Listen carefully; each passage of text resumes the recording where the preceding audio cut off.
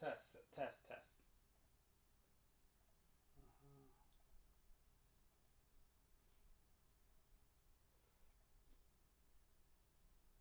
Test, test. Okay, cool.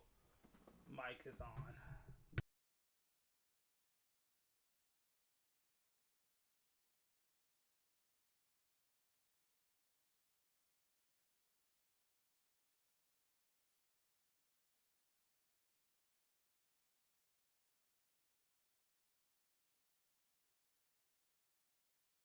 Appreciate it, appreciate it, appreciate it.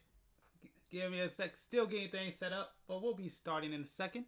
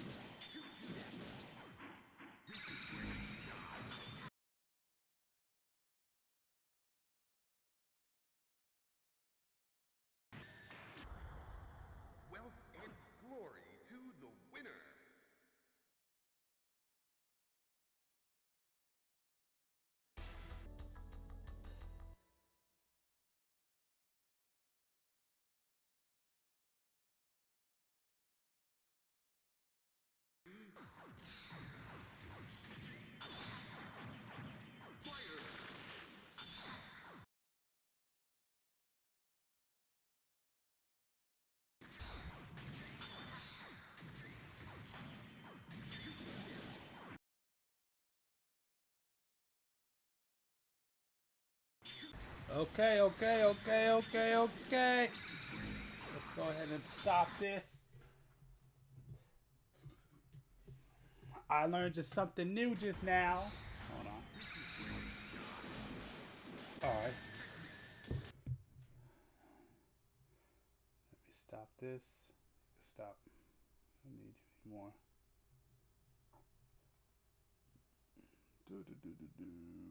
How do I get rid of you? Oh, there it is. Goodbye. Yes. Because, yeah, okay, I learned next time I stream something, I'm going to do it directly on the computer itself. But anyways, it is time.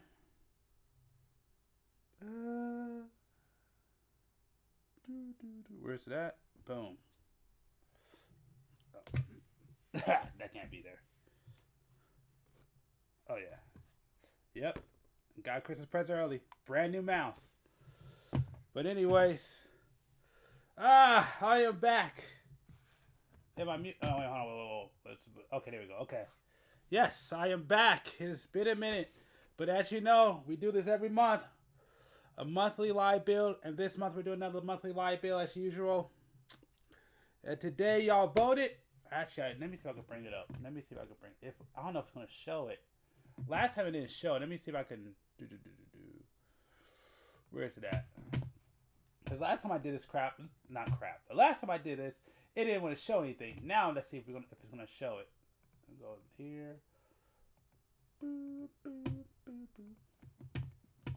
Let's go to community. That's not what I want. Let's go to it. There we go. Okay. Give me one.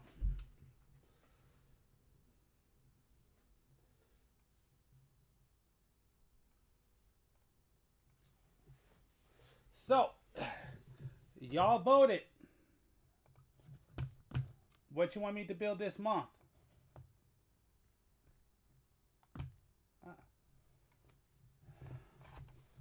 And resize it. So nice. Y'all voted. And that's what we're going to do. We are going to build this month the Gundam G4.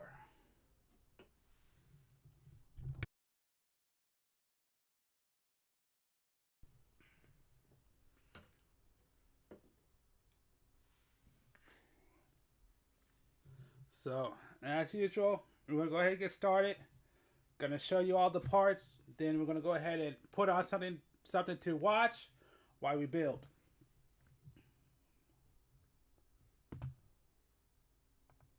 So there we go. I have a couple of things I got to say though. I'll wait till we get a little further on. But let's go ahead and start the build. Yeah, once again, I'll show y'all real quick.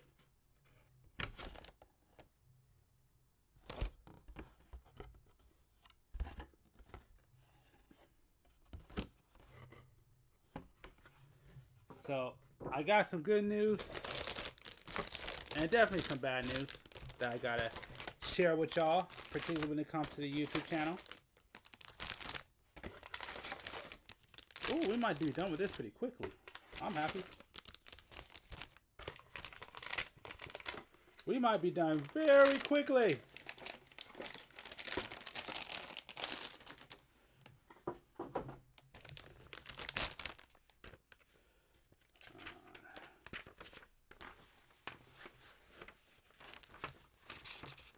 Yeah, this looks like it's going to be a pretty quick build. Good. Because I started late. So I was busy trying to get this freaking setup working. Took me forever.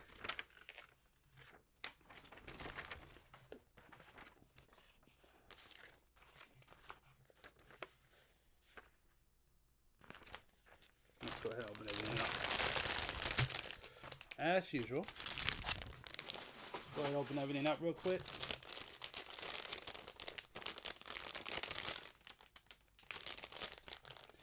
Oh yeah, shout out to Cosmic. Not. Thanks for coming on the stream, man. Definitely appreciate it. Yeah. Boom. Boom.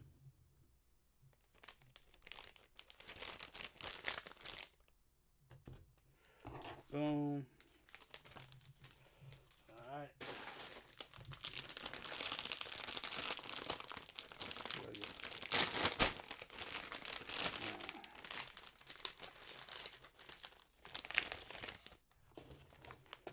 One of these days, mark my words, one of these days.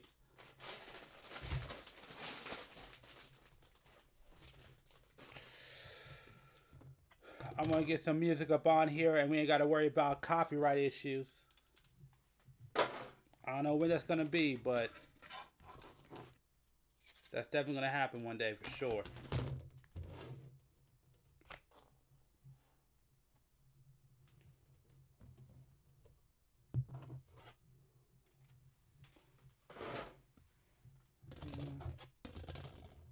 Boom. Straighten up a little bit. There we go. Put you right there. Okay, let's go ahead and do that. Do that.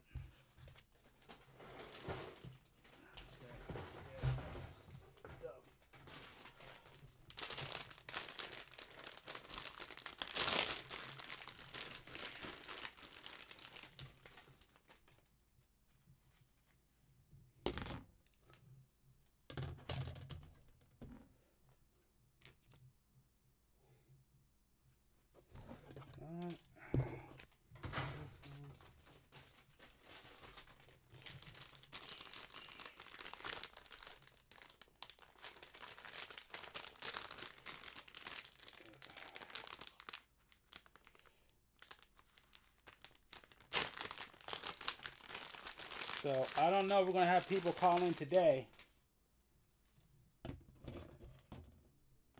If we do, I gotta put together my other setup, and actually I gotta talk about that. We just want to showcase all this stuff first, and then we'll get started with that. Well,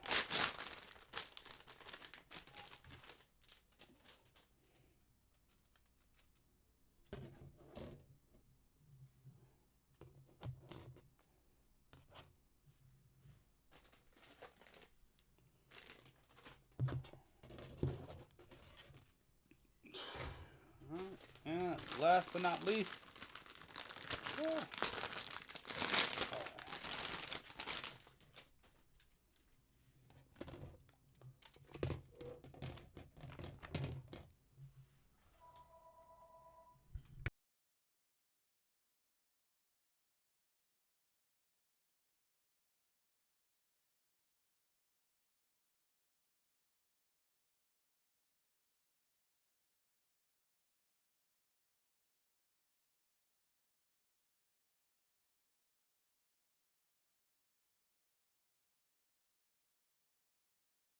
Okay, so a couple of things I gotta tell y'all.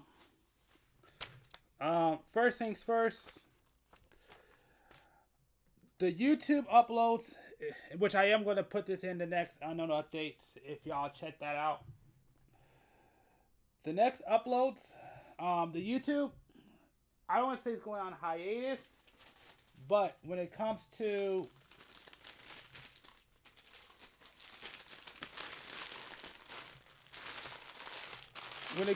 making videos, because there's so much stuff going on right now in my life and so chaotic, and even with this channel, I need to take some time to get things organized. The uploads on the YouTube channel, it's probably going to go down to pretty much a snail pace.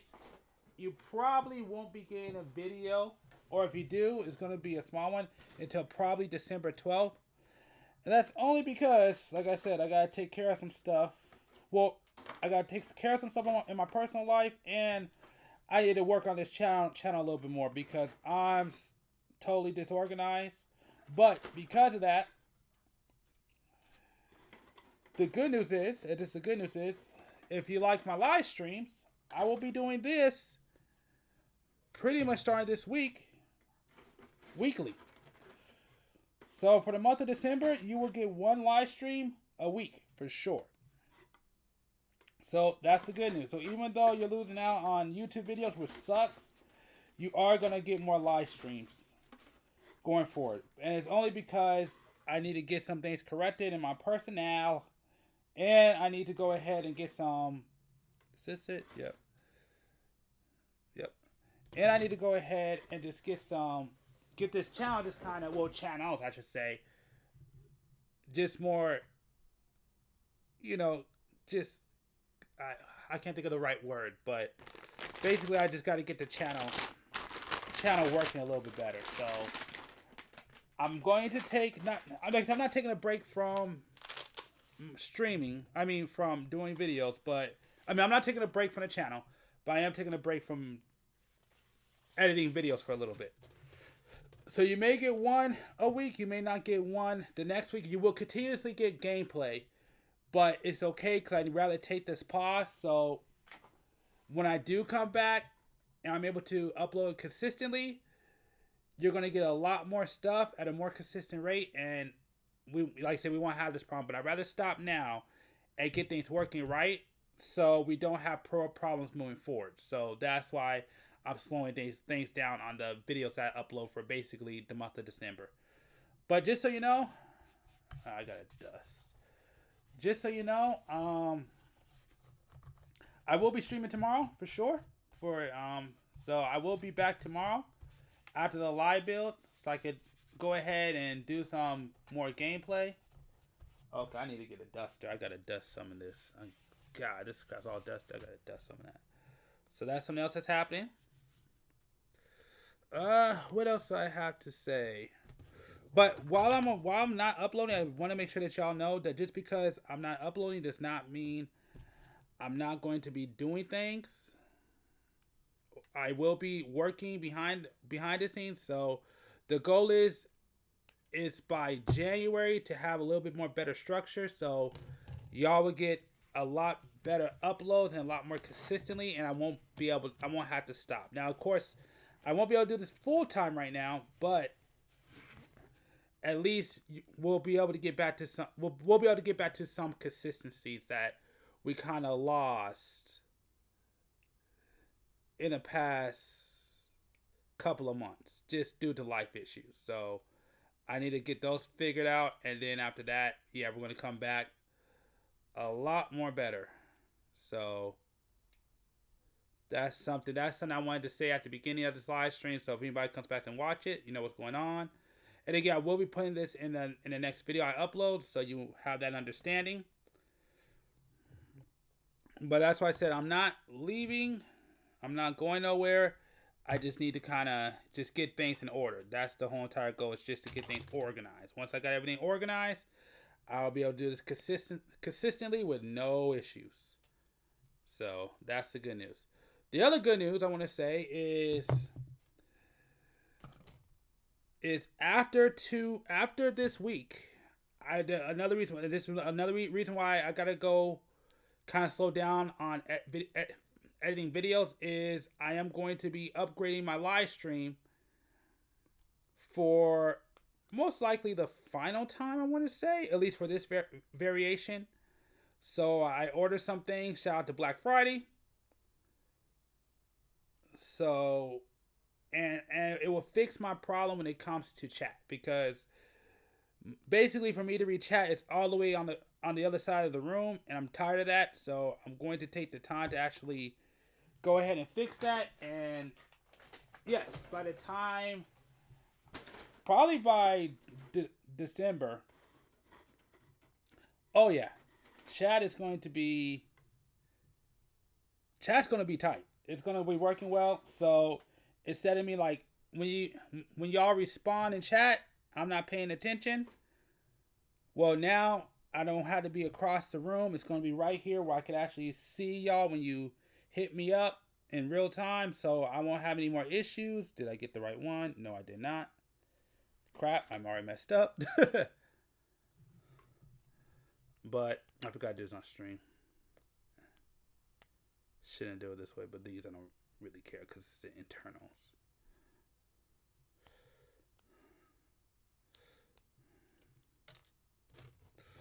But yeah, so next. So yeah, so basically I am going to go through a stream upload, and that's going to take me not a lot of time, but it's going to take me like a day or two for me to get everything figured out and tested. So yeah, so hopefully December I'll have a more livelier chat. That's the hope. But yeah, so pretty much I'm going to be fixing a lot of my issues. Oh shoot, hold on.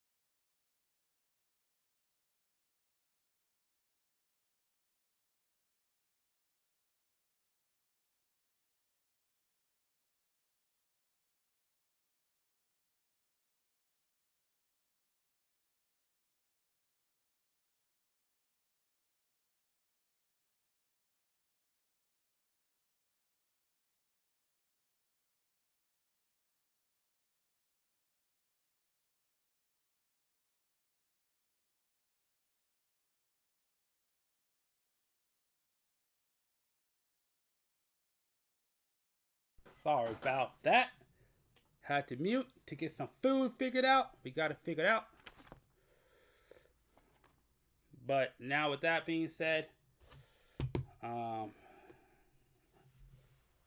let's go. I'm gonna go ahead and yeah, let's get some let's get a video started because it's kind of boring right now, you know. See what's going on. Oh, right here. Over there in YouTube land.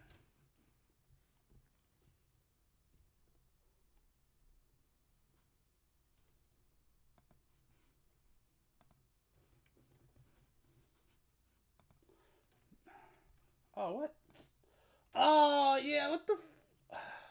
Oh. Okay.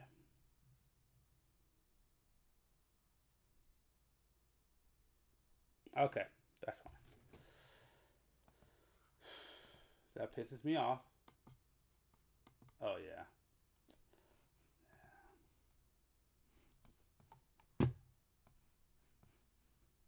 Okay.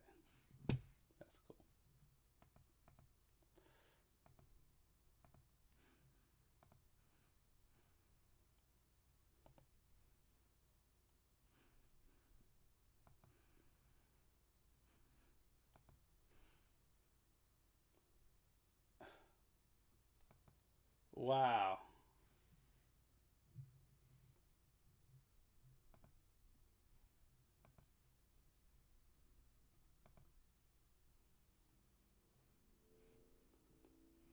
Yep. Yep. Oh my god, what did they do? What did they do? They screwed up. Okay. Alright, that's great.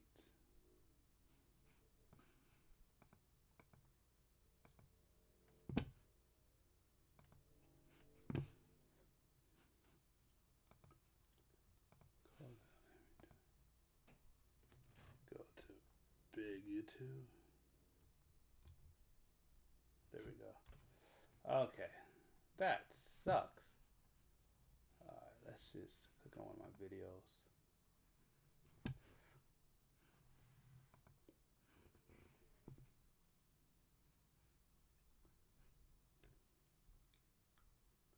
What the heck is all this crap coming up for? Be the most advanced. Okay, we got it. Alright, now let's see if it fixes. Okay, there we go.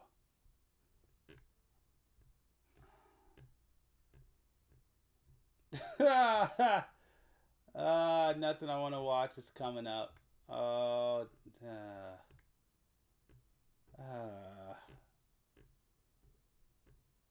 wow, rude. That's how I do.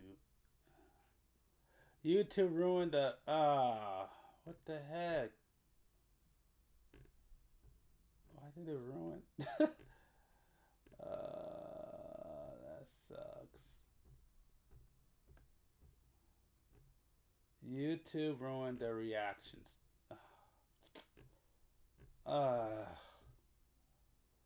Okay.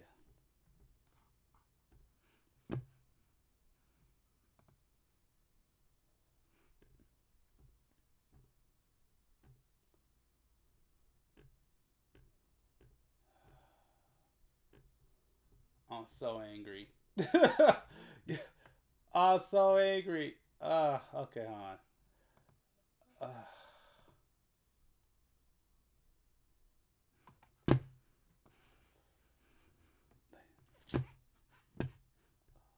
Why did they ruin? They ruined it. I can't do nothing recent. It's too recent. No, I can't do this. To here.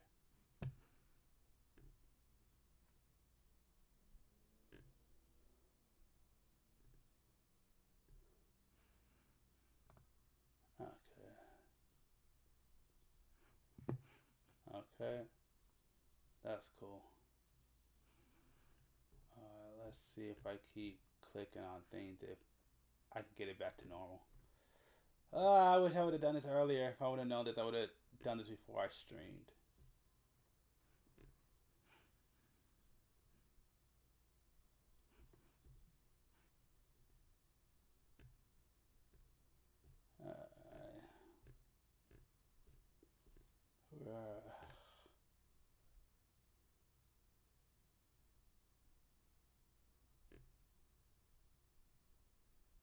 I forget it. We'll do this one for now. Let's off eat so I can keep it.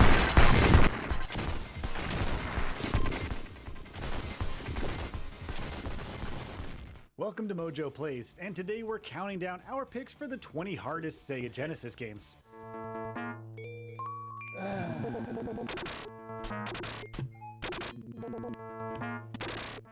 Before we begin, we publish new content all week long, so be sure to subscribe and ring the bell to be notified about our latest videos. Sure. Dick Fine, Tracy. Why not?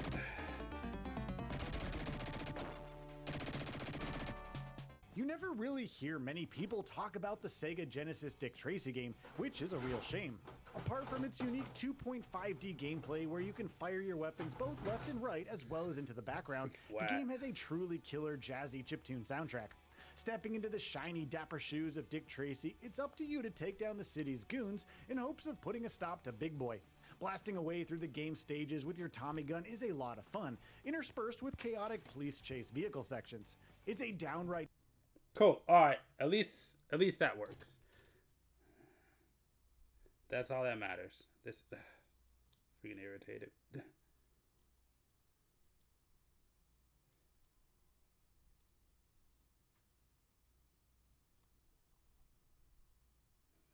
It has to be this way. Has to be this way, right? Yeah, it is. There we go. All right, let's keep going. A tough game that will test your mettle since you are constantly being attacked from all directions with very little room for error.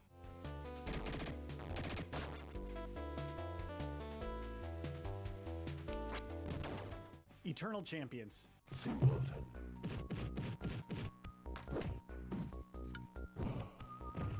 Fighting games, by their very nature, are challenging, and Eternal Champions truly ups the ante. The fighters in this game are an eclectic bunch. Some are from various time periods, some have unique powers, and others have extra weapons. Think budget X-Men and you sort of get the idea here. Eternal Champions features your basic suite of moves, such as attacks, jumps, dodges, and kicks. I'm not gonna lie, this game reminds me of a what's called RDC World Skit. Maybe I'll play that in a sec. Yeah, maybe I'll play that. Check that out right after this one. But the challenge really starts to ramp up when utilizing each of the fighters' special input abilities in tangent with stage-specific overkill abilities. Learning to balance all of these aspects requires patience and precision in order to become the ultimate champion.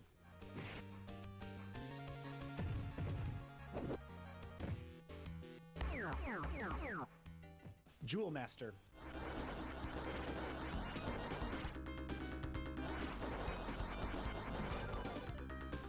If you've never heard of Jewel Master before, then you're definitely not alone. This underappreciated Genesis gem is sort of like a knockoff Castlevania mixed with a bit of Gunstar Heroes, albeit not quite as bombastic.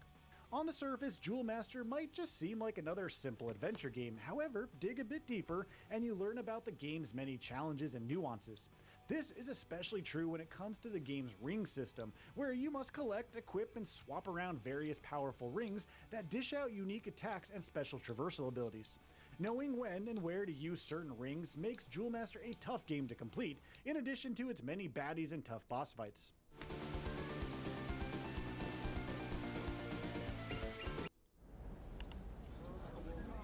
Oh, no.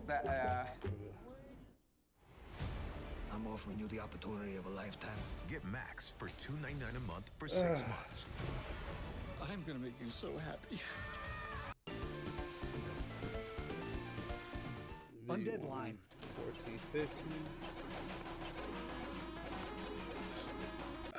I don't know about y'all, but for me, lately, freaking YouTube commercials have been getting way worse.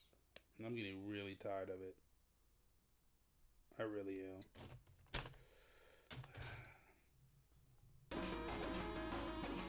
If Vampire Survivors, Ikaruga, and Cuphead somehow managed to have a baby, then it would most definitely be Undead Line. This light horror-tinged vertically scrolling shoot-'em-up is the epitome of chaotic and overwhelming. So much is happening on screen at any given time that the simple act of just moving around is extremely challenging. While yes, the shmup genre is renowned for its difficulty, Undead Line really takes it to the nth degree. Battling your way through hordes of baddies with an endless barrage of projectiles on screen is nothing short of pure chaos. Fortunately, you can level up your fighter to get a wee bit stronger, but beware those end-of-level bosses. They will surely put your skills to the test.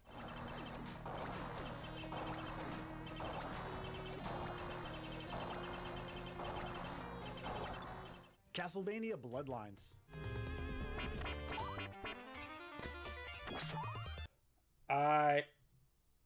No. Did I used to have that game? I think I had that game. Yeah, that game was freaking difficult. I think I did have that one. I think that's the one I did on. That one was freaking terrible. Yeah, that was it. That was freaking terrible. I never beat that crap game. That game's freaking hard as it. Yeah, I had that one when I was a kid. That crap was freaking difficult. Castlevania games are generally known to be quite difficult. However, 1994's Castlevania Bloodlines is an entirely different beast when it comes to pure challenge. Thrust into the grimy, bloody boots of both John Morris and Eric Lacard, they seek to stop the nefarious supernatural vampiric threats of Elizabeth Bardley and Dracula's imminent resurrection. Bloodlines' gameplay doesn't stray far from the path in terms of its gameplay. You still battle plentiful supernatural denizens across various stages. You utilize John and Eric's unique weapons, you use various powerful sub-weapons, battle some bosses, rinse and repeat. However, it's the way Bloodlines forces you to think about every action you take in order to survive, whether that be venturing down differing stage-specific paths, using your character's arsenal to traverse levels successfully, or simply finding the right strategy to defeat the pummeling bosses.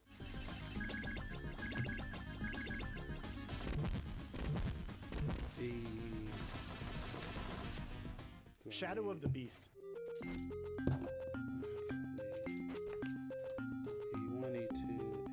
Shadow of the Beast is a pretty basic and simplistic side-scrolling action game with some light beat-em-up elements. Interestingly, the challenge in this game comes from its lack of gameplay features and diversity. Taking control of Arbron, a character who gets turned into a monster to serve the big baddie Nailtoth, it's up to you to save the day. However, you really only get to move left and right, jump, and punch some enemies. However, said enemies oftentimes just pop into existence with little to no warning, leading to Arbron taking quick damage. While the game is very, very, very short, you do at least get to find potion vials to get a little bit stronger. Plus, in the later stages, you utilize a laser gun of sorts to dish out extra punishment.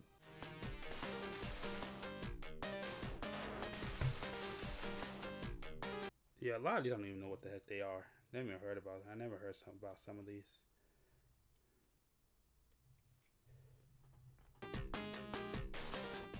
RoboCop vs. the Terminator.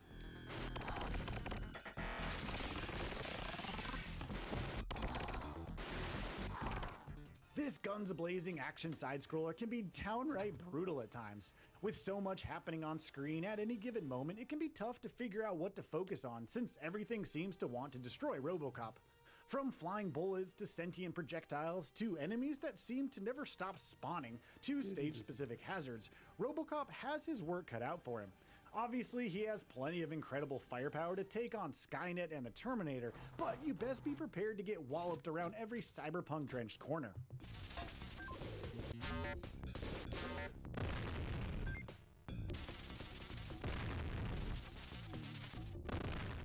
Alien Soldier.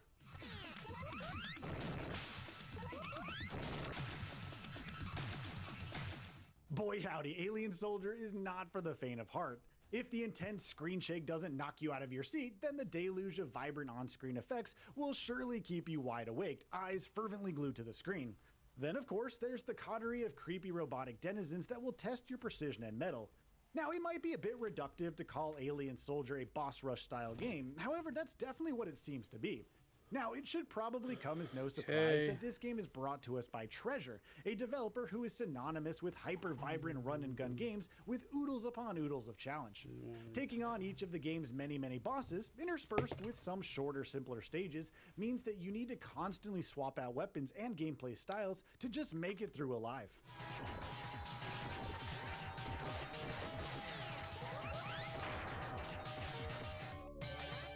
Earthworm Jim 2. Man, I used to love that game when I was a kid. I used to play that game all the freaking time. I used to love Earthworm Jim. Freaking gay. Even when we used to watch a TV show.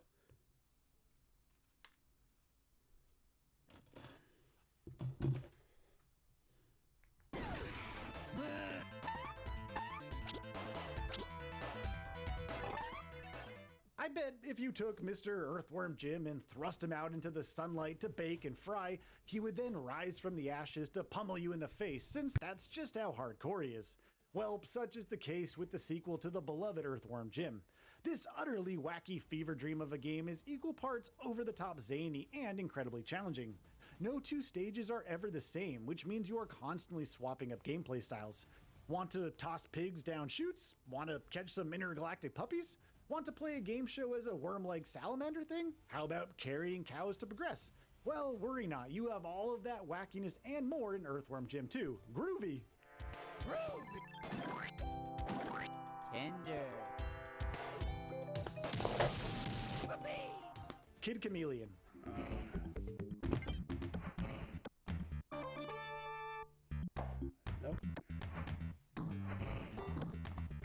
Now, okay, you might be thinking, how the heck can a 2D Mario-esque platformer really be all that challenging? Well, to that I would say, have you actually played Kid Chameleon? It's a highly entertaining, yet endlessly difficult game. Staying true to the game's title, you of course play as a kid who can chameleon himself by donning different outfits, something that instantly swaps up the gameplay on the fly. From a Jason Voorhees-like character to a samurai to a space explorer to a humble fly and more, Kid Chameleon is a fun platformer that encourages experimentation and exploration in equal measures. Just don't be surprised if you get your butt kicked over and over again as you attempt to progress through the diverse stages.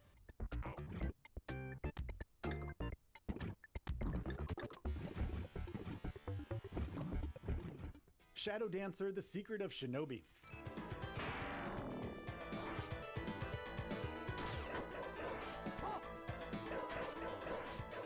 Sometimes the shortest Sega Genesis games are often the toughest. This point is extremely evident with Shadow Dancer: The Secret of Shinobi.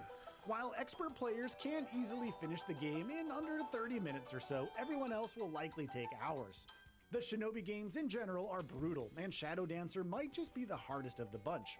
This side-scrolling action game sees the protagonist in a version of New York City that has been overrun by the evil ninja cult Union Lizard. Here the player must utilize various weapons, tools, and powerful abilities in order to survive the hordes of dastardly denizens. Fortunately, our hero has a trusty and faithful dog, Yamato, to help quell the evil ninja onslaught.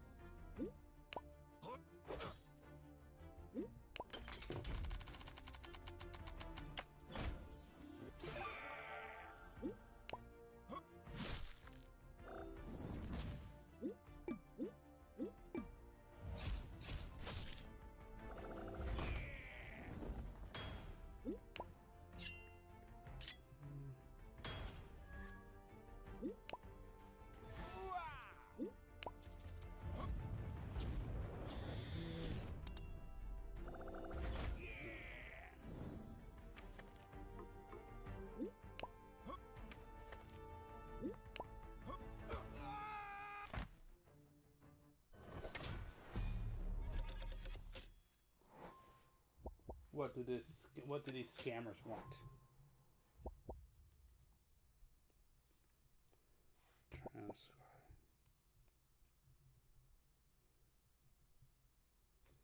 Let me know what a scam call wants. Okay. When we come to the table, it's what we all bring that These matters. commercials are getting... Oh, these commercials are getting freaking annoying.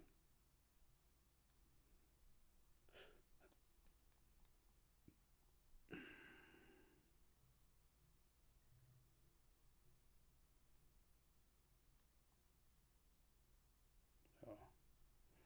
Wait for it to transcribe. Oh, shoot. That'll be a bad idea.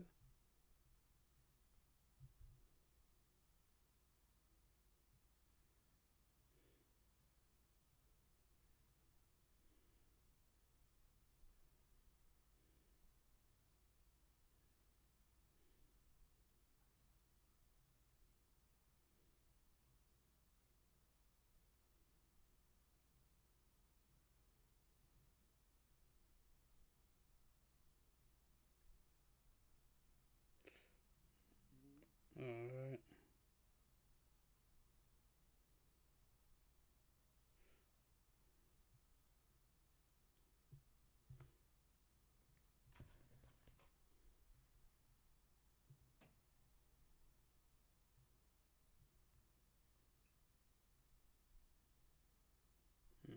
Okay, yeah, it's not even.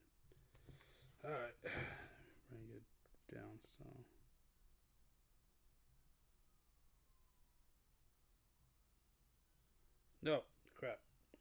No.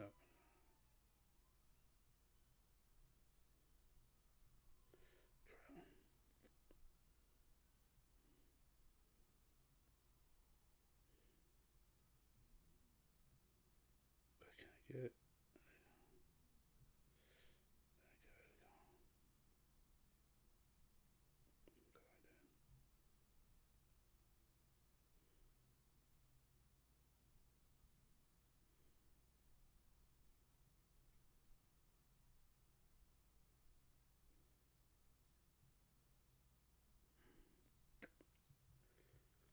Feel like a surgeon.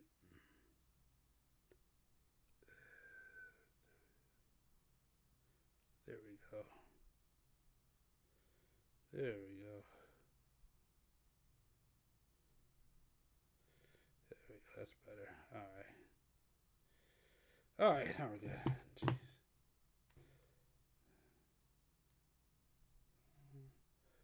Put this on. Oh shoot! Let's not break the thing.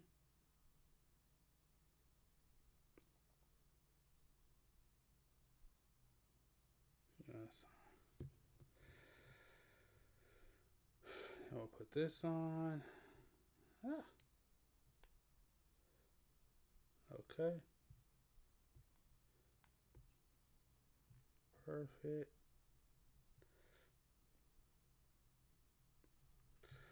Put this on.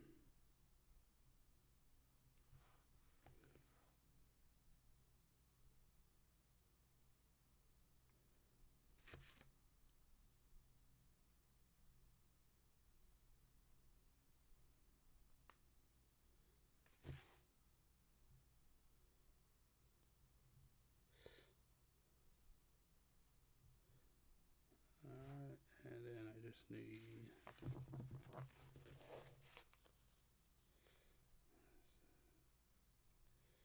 this back.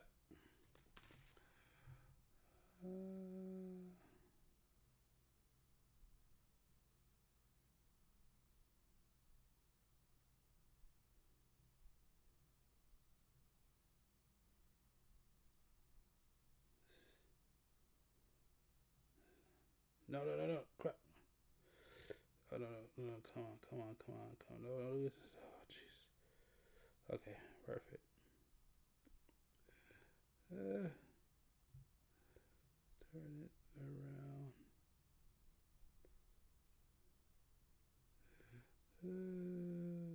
There we go. No, stop. Crap.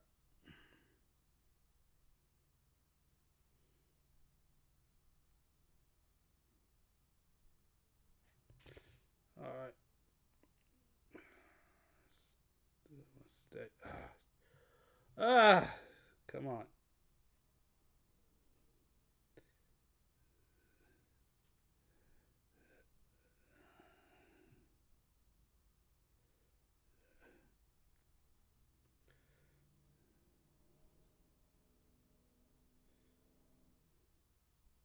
Okay, come on, slip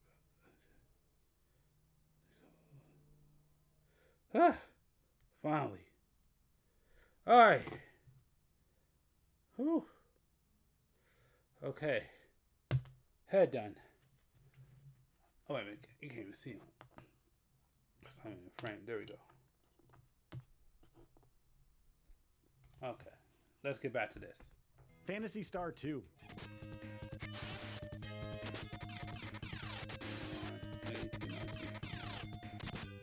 Rolf and friends are back at it in the massive, expansive, and labyrinthian sci-fi RPG sequel. Eschewing the first-person dungeon exploration / battle perspective from the first game, Phantasy Star 2 feels completely fresh, with its isometric perspective and third-person view turn-based battles. This is a beefy game, one that takes dozens of hours to complete. Rolf and pals are tasked with figuring out why Mother Brain is malfunctioning, a sci-fi quest that sees them explore and fight in all manner of interplanetary locales. This game's challenge comes mostly from two areas, the first being the cryptic and often confusing exploration, and secondly, in the tough-as-nails turn-based battles. Learning to overcome these challenges will give players a fantastic sci-fi RPG journey worth experiencing.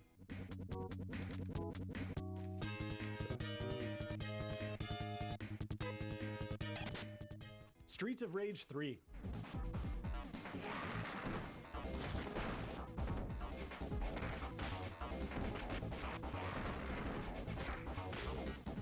Now, by their very nature, beat-em-ups are pretty darn tough, but none quite as much as 1994's Streets of Rage 3. From smarter, tougher, and more punishing thugs and goons, to more intricately designed stages and boss fights, to a robust suite of moves for Axel and pals, this game serves up wallop after wallop for fans of the genre. The fact that each of these brawlers can run and dodge helps the moment-to-moment gameplay feel more fluid and frenetic compared to its predecessors. That, and the in-depth story, at least for its time, and some unique character dialogue help Streets of Rage 3 to provide even more immersion for players. Even with all of these boons, this third outing brings to the series and the genre as a whole, make no mistake about it, this game will test your beat-em-up skills in every one of its seedy, grimy, and even opulent locales.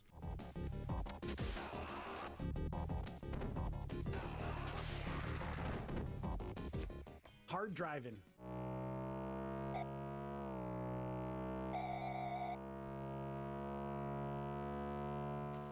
I mean, come on, the game is called Hard Drivin'. What did you expect? An easy breezy kart racer? Heck no, not here. Hard Drivin' is the real deal for simulation adjacent driving mechanics on the Sega Genesis. Okay, yeah, I'm not gonna pretend that Hard Drivin' is a standout excellent racer, since, well, I mean, it's not. It's incredibly bare bones and simple, really only consisting of one racing area where you can race around a course for good times or perform some stunts, all from a first-person vehicle view. But if we are talking about pure challenge on the Sega Genesis, then Hard Drivin' is up there. And when, not if, you do crash, you get a nifty little instant replay with some funky bopping music.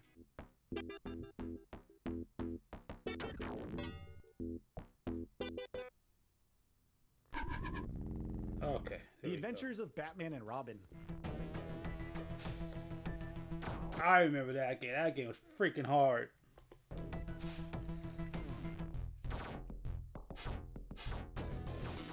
If you think of the Adventures of Batman and Robin as a sort of contrified version of Batman, then you will understand the challenge level to expect here. Apart from having one of the very best cartoony comic book art styles of any games on the Genesis, The Adventures of Batman and Robin is a superb game all around. Tough? Yes, but highly enjoyable? Definitely. You really do get it all here, especially if you are a fan of the Caped Crusader and his sidekick Robin. From utterly creative and meticulously designed stages, to edge-of-your-seat boss battles, to over-the-top punchy combat, this game will challenge you, delight you, and immerse you in equal measure.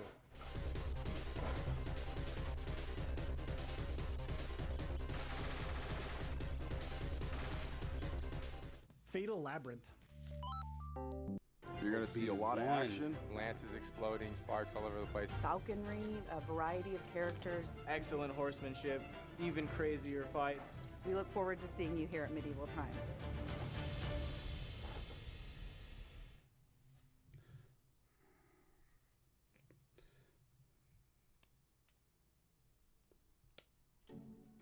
Like a relentless weed, moderate to severe ulcerative colitis symptoms can keep coming back.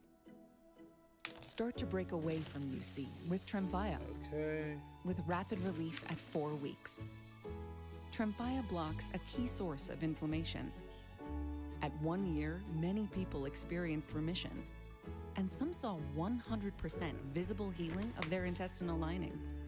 Serious allergic reactions and increased risk of infections may occur. Before treatment, your doctor should check you for infections and TB. Tell your doctor if you have an infection, flu-like symptoms, or if you need a vaccine.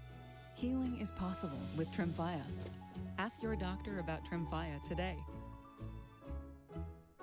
Oh, here we go.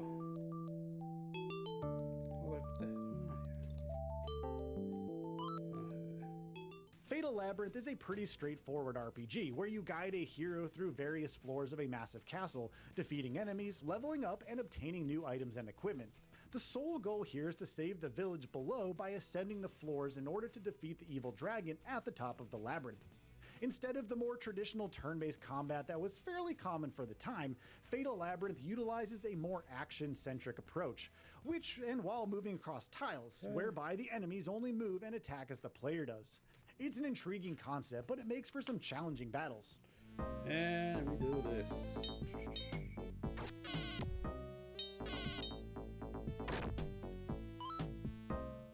Ghouls and Ghosts.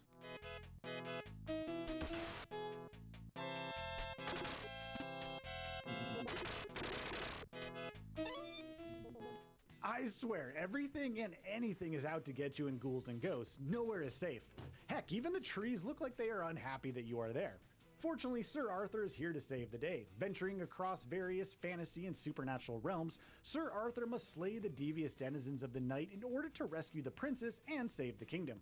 Battling through the game stages not once, but twice in order to fully complete the game is definitely no easy feat, especially since, at any given moment, there are numerous baddies, projectiles, and stage hazards that seek to send Sir Arthur to his doom.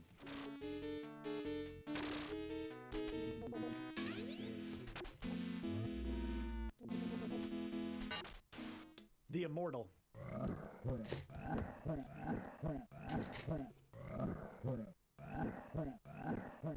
The Immortal might just be one of the most esoteric, cryptic, and confusing games on the Sega Genesis. This isometric action-adventure game blends real-time exploration with RPG elements, along with some point-and-click narrative aspects. It is pretty unique all around, but my goodness, this game is tough to get through. You step into the magical shoes of an elderly wizard who takes it upon himself to explore a confounding labyrinth in order to rescue the wizard Mortimer. You will really have to use your thinking noodle to solve the game's many puzzles with the correct items while taking out countless monsters and minions.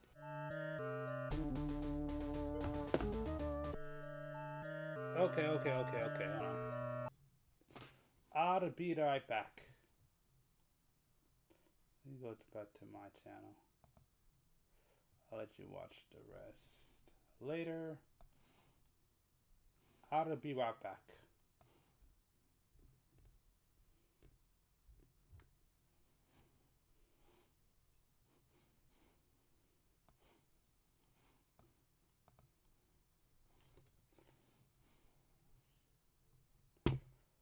Let's go ahead. Jeez, I won't go to my.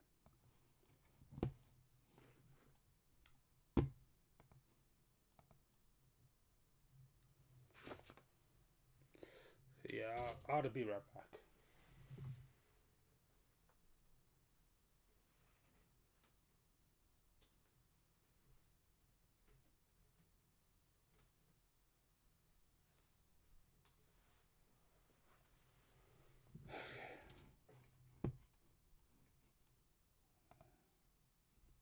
Yeah, I do.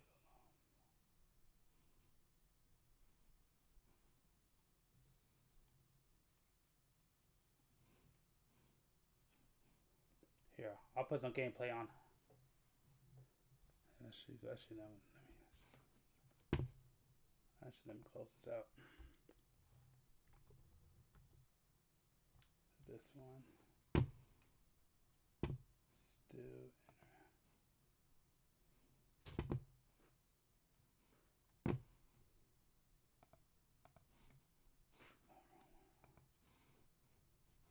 wrong one.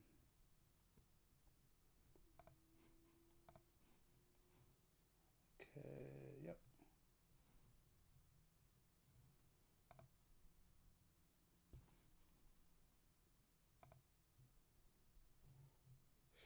All right, I'll be right back.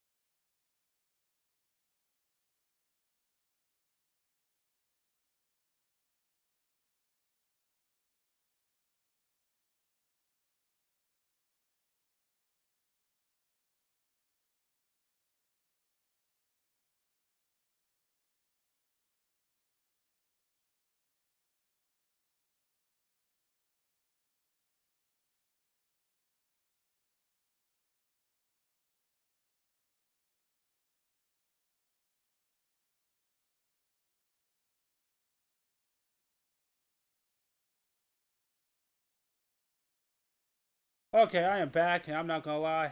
Whew. Feels so much better. Alright, there we go.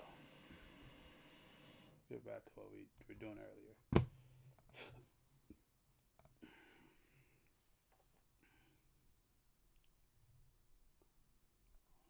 Let's see. Oh,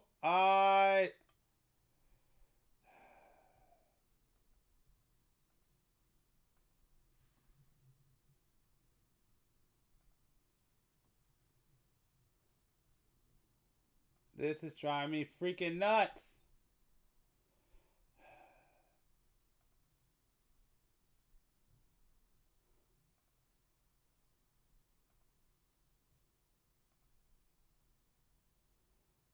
Stupid. I hate what YouTube's becoming. I'm gonna be honest with you.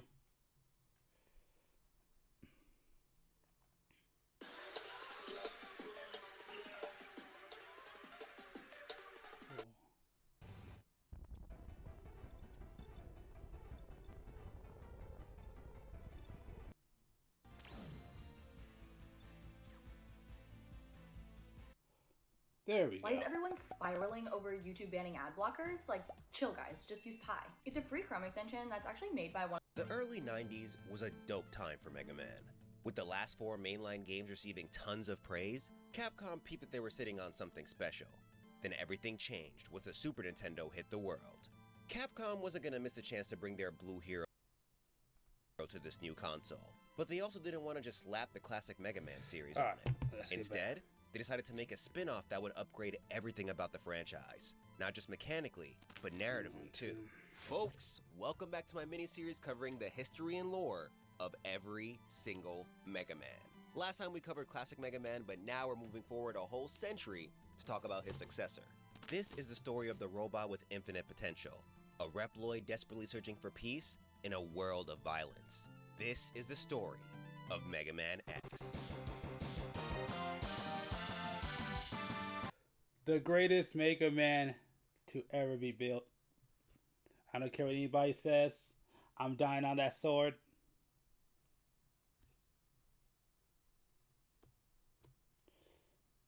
This way, right? Yeah.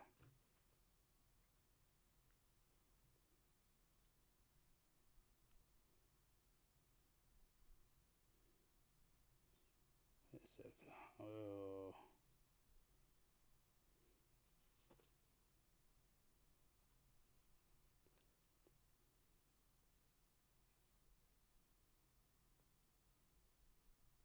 Yeah, this is right?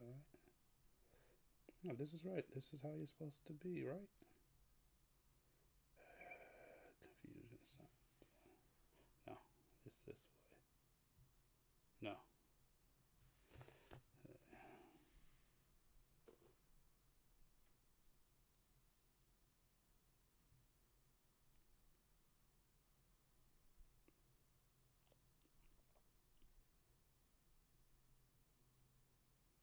Okay, yes, this one.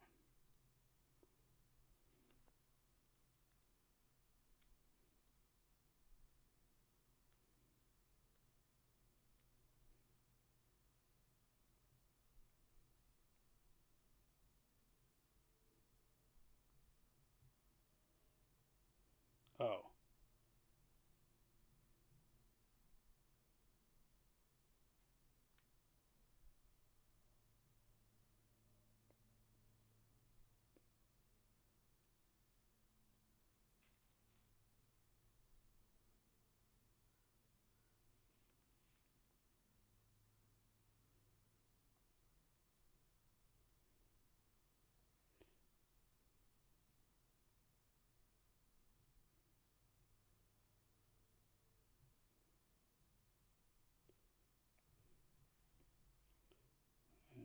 Okay. Alright, what am I doing wrong? I'm doing something wrong here. Am I backwards?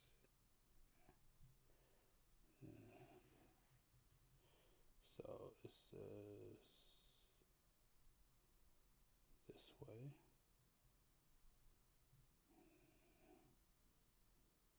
So here, so it goes in this way. Right? Yep. Okay, there we go. Took a second. Let me do this right here, right? Yep. Okay, there we go. Now I got it. Gee, that took a second. But I figured it out. So it goes like that.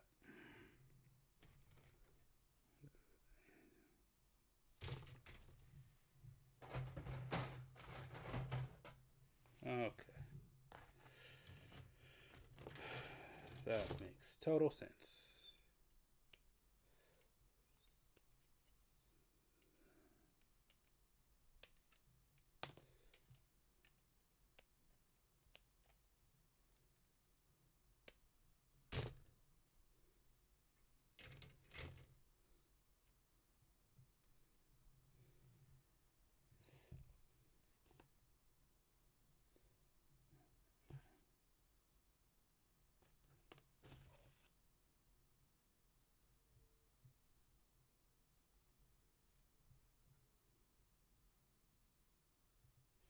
Wait a second, hold on.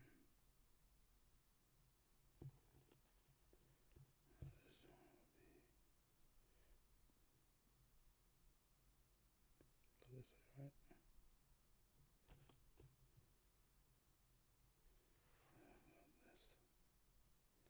It'll go this way. Yep.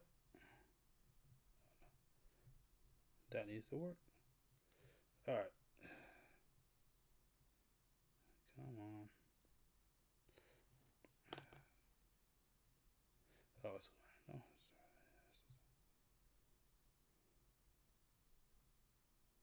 No, it's okay. Then it goes. This way.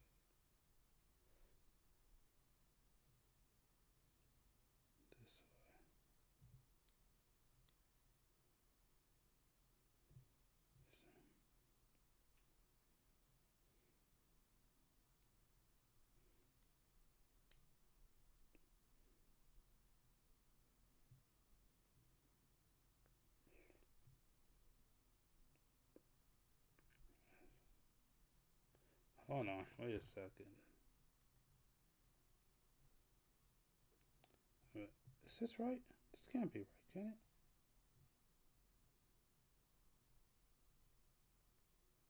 Oh, I could turn it. Okay, that makes sense. Okay, yes, it is right.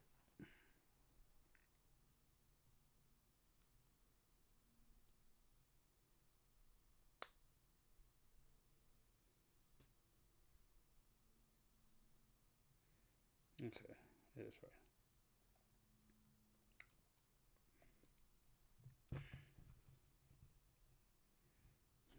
Okay. So you want B18, B18, B18, B18.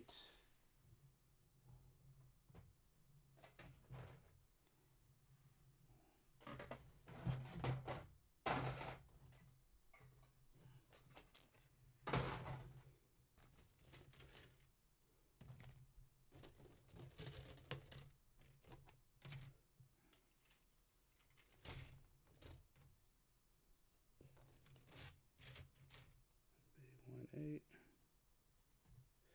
Yep, that's what I thought.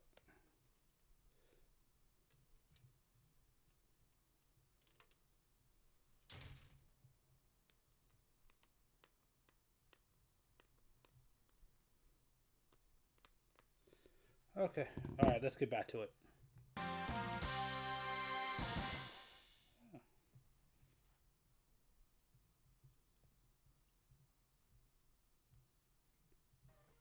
Mega Man X, or Rockman X, as he's known in Japan, was created by the same team that worked on the classic Mega Man series. According to Mega Man and Mega Man X, the official complete works, Keiji Inafune and the team began coming up with ideas once they entered the Super Nintendo era of consoles. Inafune being one of the big players in the original Mega Man team. I talked about him more in my last video if you want to educate yourself on his story. They wanted to make something new and different, but were aware they couldn't just change the Mega Man formula. This made for an arduous brainstorming process, and it didn't help that Inafune and his protege, Hayato Kaji, switched roles. In previous Mega Man titles, Inafune focused on the main characters while Kaji worked on supporting characters. This time, Kaji ended up designing the protagonist, Mega Man X. In the complete works, He commented on how difficult it was, partially because they had way more color to work with compared to the past, which is understandable.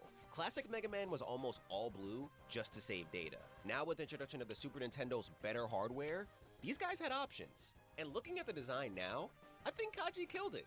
I can't imagine being a kid from 1993 watching the debut of a character like this, knowing it came from a series that looked like this. On the flip side, Inafune designed the supporting character, Zero. He wouldn't start as playable, but Inafune really wanted him to be. He envisioned him as the new hardcore Mega Man, hence the long hair, abundant use of red, and his more aggressive attitude compared to X. He believed that taking too much inspiration from classic Mega Man would give a nice guy impression, and that's not what they were trying to go for.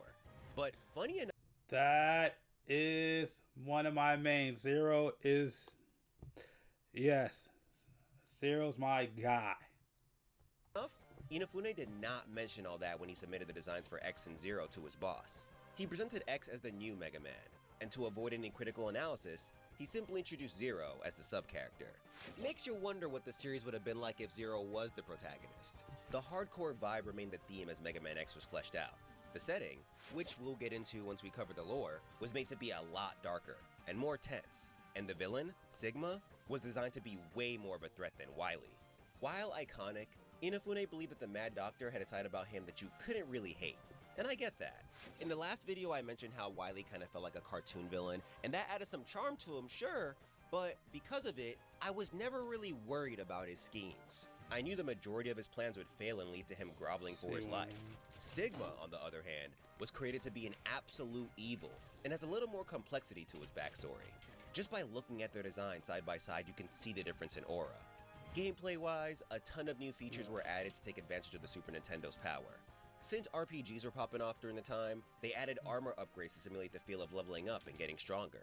Mounts were introduced to add a certain flair of luxury to the game. And of course, the graphics fucking digivolved, giving us a game that still looks good today. Also, quick tangent. There was this album that came out for X1 that featured a bunch of different background music for the stages. And in it, they left a developer diary giving readers an idea of how they felt while creating the game. It's mad funny, so I highly recommend you read it yourself. Once again, shout out to Shmupulations for the translation. But here is one entry that caught my eye, and I want to share it with y'all. Want to charge doubly fast? Anchor Mago. Want to charge mess free? Anchor Mago. Want to charge hands free? Freaking, I love Mega Man X. One of my favorite franchises of all time. Single thing. Nothing. The programmers are getting angry. The designers are getting restless. I'm in hell. This is surely hell. How did I get into this mess? My anger is rising. God damn it all. I've got to take it out on something. Ouch! Well, I guess I should head home now. Wait a second. The wall. Kicking the wall. Yes! This could be just the new action I've been looking for Rockman X. When you get pissed, you can just kick the wall over and over. This is a revolutionary new system. I'm a genius! And believe it or not, that little entry right there may be the origins of wall dashing. It hasn't been confirmed, but it hasn't not been confirmed, so... Anyway, after a ton of work, Mega Man X was released in 1993 and received stellar reviews. It was praised as a successful milestone in transitioning Mega Man from the NES to the Super Nintendo. And though it didn't span into a series with as many games as its predecessor, it presents a story that is way more focused. I just want to say that's criminal. X should have had way more representation of what it did. And it's freaking annoying that it didn't. That's to the fun part of the video. The lore. And I don't even have to give a disclaimer here. This story truly is a lot more streamlined than the classic one. There's actual continuity, more character depth, and the stakes feel real as fuck. So without much further ado, let's get into the surprisingly dark tale of Mega Man X. So, contrary to what I thought back when I was a kid, X actually isn't an older Mega Man. In fact, he's more like a much younger brother. See, Dr. Thomas Light, the creator of Mega Man, had this ambitious yet insane goal of designing robots capable of independent thought. He got close with the likes of the Blue Bomber, Roll, Protoman, and other robots, but their AI was never sophisticated enough to make them truly self-aware. Light couldn't settle with that. He was either going to create robo-humans or die trying. Eventually, sometime in 20XCX, after the events of the classic Mega Man timeline, he does it. He creates his magnum opus, Mega Man X, the first robot able to feel, think, and make his own decisions. However, Light is worried about how a robot like him will affect the outside world. Is the populace ready for a sentient artificial being? What if he breaks the rule of robotics and harms a human? He estimates that it will take 30 years to confirm X's reliability, but Light knows he won't live that long. So he seals his creation in a capsule meant to test his internal systems until he's ready for the world. He dies soon after, and goes down in history as the father of robotics. Elsewhere, Light's scientific rival, Dr. Albert Wiley, is adding the final touches to his 2 final projects. The first is Zero, a robot described to be stronger than Mega Man and Bass, at least according to Mega Man 2 The Power Fighters. The second is the Maverick virus. Unfortunately for the Doctor, it becomes apparent that Zero suffers from a flaw in his cognitive functions, which makes him violent and disobedient. On top of that, death ain't too far away from this guy either, so he's forced to seal both Zero and his unfinished Maverick virus before his passing. However, we'll soon find out that true genius never dies. Fast forward to the next century, and we're now in 21XCX. Enter Dr. Kane, a scientist searching for fossil records to verify his findings on Mesozoic plant life. But after more than a month of excavating, he comes up empty, so he moves his dig site. But then on April 10th, 21XCX, he finds something way cooler than some fossils, the buried remains of Light's lab. Before long, he comes across the scientist's notes. He immediately peeps that Light was cooking up something huge in here, something that would change the world's perception of robotics. So with intrigue fueling him, he drops his fossil search to study these notes. This leads him to the capsule Light left here long ago. Once he verifies that all the diags have been run, he opens it and meets X for the first time. And then, X kills him because he deems him as inefficient, then he enslaves the human race and takes over the world. I'm kidding. But imagine though, that would have been the illest setup for Zero to become the protagonist, if I'm being honest. But for real, X meets Kane, and from jump, Kane realizes this is not your average robot. I actually agree with that. What about Mega Man goes evil? That would actually be tight. And that would be a big twist too. In his diary, he explains that X feels more like a man, which goes to show how much of a genius Light was. Even a whole century into the future, his work is still ahead of its time. The two spend months together. Then using Light's notes and X as a base, he designs a new generation of robots they call Reploids, or Reploids, as they're known in Japan. They begin coexisting with the humans, and to Kane's surprise, they acclimate well to society. The Reploids are chill and helpful, and the humans love them. But of course, this peace doesn't last for long, cause, you know, the plot's gotta plot. Remember Zero? Well, the Maverick virus that was sealed with him has been leaking out of his capsule. It infects a couple of Reploids and causes them to act out. Along with that, when Kane was developing these guys, his impatient ass was nowhere near as cautious as Light. So some of them were born with defects, and they begin acting out too. Society starts calling these deviants Mavericks, or irregulars in Japan. So to keep the people safe, a police force of Reploids is formed to hunt down the Mavericks. They call them the Maverick Hunters. They're separated into different units depending on their specialty, with the 17th Elite Unit comprised of some of the strongest hunters in the force. Kane designates his greatest creation, Sigma, to lead this unit, along with the hunters as a whole.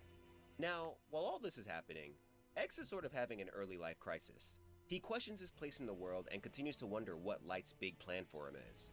Kane lets him rock though, confident that he'll figure things out on his own. Plus, he has bigger problems to worry about. Zero has finally woken up from his slumber, and he still suffers from wanting nothing but the smoke. The hunters classify him as Maverick and attempt to hunt him down, but the first unit sent gets bodied. So Sigma personally goes after him. And you'd think that because he's based on X's top tier design, the commander would mop the floor with this guy. But don't sleep on the certified hater that is Wily. Though he wasn't as successful as Light, he was still respected as a genius. On top of that, let's not forget that this is his magnum opus. So Sigma gets his shit rocked, loses his whole arm in the process. Zero even laughs at the dude while trying to rip his head off. But for some reason, a W appears in his head, causing him immense pain. Sigma uses the chance to get one good lick in, shattering the crystal on the Red Maverick's forehead. With them down, the Hunter Commander returns his unconscious body to Kane for repairs. But unbeknownst to him, this skirmish caused him and Zero to catch the Maverick virus. Eventually, Zero wakes up from his repairs, with no memory of what happened. He's also a lot more docile.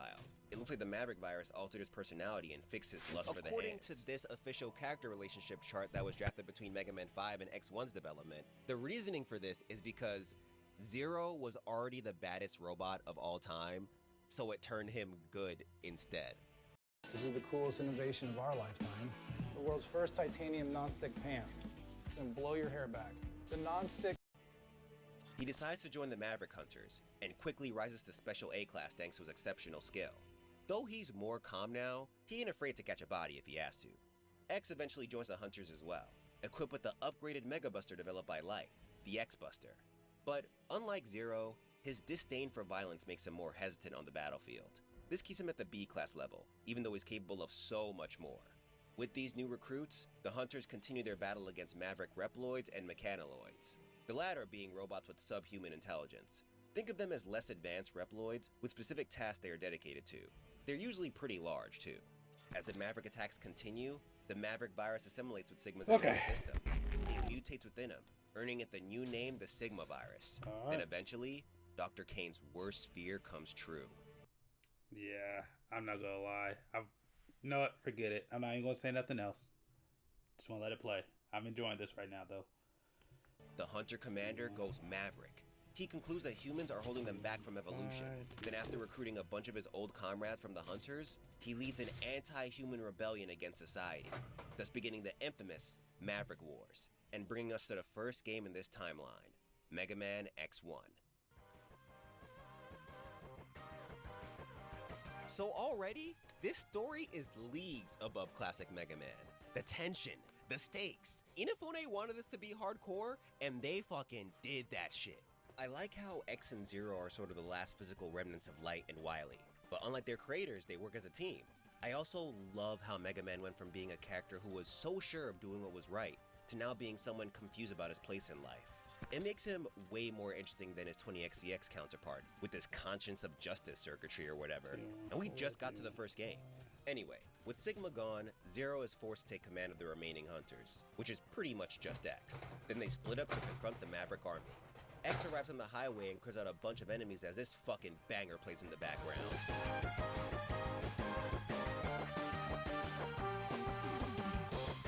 But he's stopped by a Maverick named Vile. This guy also used to be part of the Hunters, and like Zero, he was Special A class. However, he also had a malfunction in his brain that made him disobedient. He ended up going Maverick, and during the rebellion, he joined Sigma's side almost purely because he really does not fuck with X. Like, he despises the guy. So now that he's right here, he takes sweet pleasure in beating the shit out of him with his ride armor. But luckily, Big Bro Zero saves him. And for whatever reason, I like how they said that he absolutely don't mess with X. That is funny. He's missing his green ball titty thingies. Afterward, he tells X that he may be garbage now, but it's okay. He has a potential to become stronger. He just needs a training arc. So while he goes to gather intel on Sigma's fortress, he instructs X to face the Maverick Commander's 8 lieutenants. And since the way I presented the bosses last time felt kinda lazy, I decided to step it up a notch. Introducing Chill Penguin, Flame Mammoth, Storm Eagle, Armored Armadillo, Boomerang Kawanger, Spark Mandrill, Launch Octopus, and Sting Chameleon. So the game doesn't really go into the origins of a lot of these characters, but this book right here, hope you can see it, the Maverick Hunter's Field Guide, does. In fact, it gives more details on a lot of the characters in the series, so I'm going to be using it abundantly in this video, just letting you know. It reveals that most of the recruited members didn't actually go Maverick because of the virus. Chill Penguin joined because he was bored of his duty guarding the South Pole Station. Flame Mammoth joined because this gave him the perfect excuse to go on a violent rampage. Like, chill, bro. The analytical Boomerang Kawanger decided that going Maverick was the most logical and interesting choice. Spark Mandrill joined because he didn't know any better. Launch Octopus always hated the humans he was tasked with protecting, so joining Sigma's side gave him the chance to show off his underwater combat skills. And Sting Chameleon got beaten by Sigma, so he joined the army eager to prove his strength. The only former Hunters who didn't get giddy over the thought of wreaking havoc were Armored Armadillo and Storm Eagle. Armored Armadillo joined out of loyalty to Sigma. That's it. And Storm Eagle actually tried to stop Sigma, but failed, so he joined against his will. This adds a whole new layer to the Maverick thing because now we know that there are some Reploids who seem to genuinely want this. Either that or Kane's lack of preparation really fucked them up. But X follows orders and takes down Sigma's lieutenants, and like classic Mega Man, he's able to copy their abilities. On his journey, he also finds different capsules left by Dr. Light meant to grant him armor upgrades and power-ups. This is a recurring feature in the series. In the boot upgrade capsule, the Doctor left a message for X stating that he built him with free will so he could choose his own path. He hoped that the world would allow him to choose a peaceful one, but the plot said no. So he hid these capsules in preparation to help turn X into the champion the world would need. This is depressing when you think about it. Like, Light built classic Mega Man with that conscience of justice circuitry. So whether he wanted him to or not, Mega Man was gonna act once shit popped off. Now we have X, a creation who actually has a choice, but he's gotta fight anyway. So after X defeats the lieutenants, collects the boots, buster, helmet, and armor upgrades, and learns the freaking Hadoken, Zero hits him up and tells him he found Sigma's hideout. They rendezvous there to infiltrate the place. It's wild when you think about the fact that these guys have been fighting a whole army by themselves. Now they're about to infiltrate Sigma's base with no backup. Low-key reminds me of Solid Snake and Raiden from Metal Gear Solid. Raiden? One of the two, I forgot how to pronounce. Jack the Ripper, y'all know who I mean. So they proceed with the raid, but Vile shows up to thwart their plans again. At first, Zero tells X that he's got it, but not soon after, the Maverick manages to trap him. X then goes in for his rematch, but he ends up getting trapped himself. For a moment, it looks like Vile might actually win, but Zero won't have it. He's like, fuck it, breaks out of his trap, and self-destructs to destroy the Maverick's mount. X is now free, but at what cost? Senpai is dead and the bad guys are still kicking, but our boy won't let his death be for nothing. With newfound resolve, he challenges Vile once again, and this time, the Maverick takes the L. X goes to talk to what's left of Zero afterward, and the Red Hunter leaves the mission up to him, saying that he is stronger than he thought. With that, the lone B-class hunter continues the raid. He takes on the Sigma Gauntlet, which includes rematches against the Maverick bosses and a Alright, B1, 7, B1, 11. B1, 7, B1, 11. battle against Sigma's dog, Velgarder. Then, he's challenged by his former commander, and after a tough battle, the Maverick leader falls. Afterward, X watches as Sigma's base collapses. He wonders why violence had to be used to save the day. Couldn't they find a way to end this peacefully? Regardless, he knows that this war is far from over, and he'll probably have to fight many more Mavericks before he gets his answers. Now, this is the part where I would move to X2. But hear me out. Back in 2005, Mega Man X1 ended up getting a remake on the PSP called Mega Man Maverick Hunter X. This was supposed to be the start of a reboot that would reimagine the first 6 games in the series, but due to poor sales, the project got scrapped. However, I'm not gonna hold you. When it comes to the upgraded story, they kinda cooked. I was originally going to quickly review the few differences between X1 and Maverick Hunter X, but I'm sorry, that's not good enough. There's too much to say, so I'm giving it its own mini section. However, if you rather continue with the main timeline, you can skip to this timestamp. Unless you're watching the premiere, in that case, strap in. So Maverick Hunter X has this OVA named The Day of Sigma that gives us a pretty in-depth look at what led to the Maverick Wars.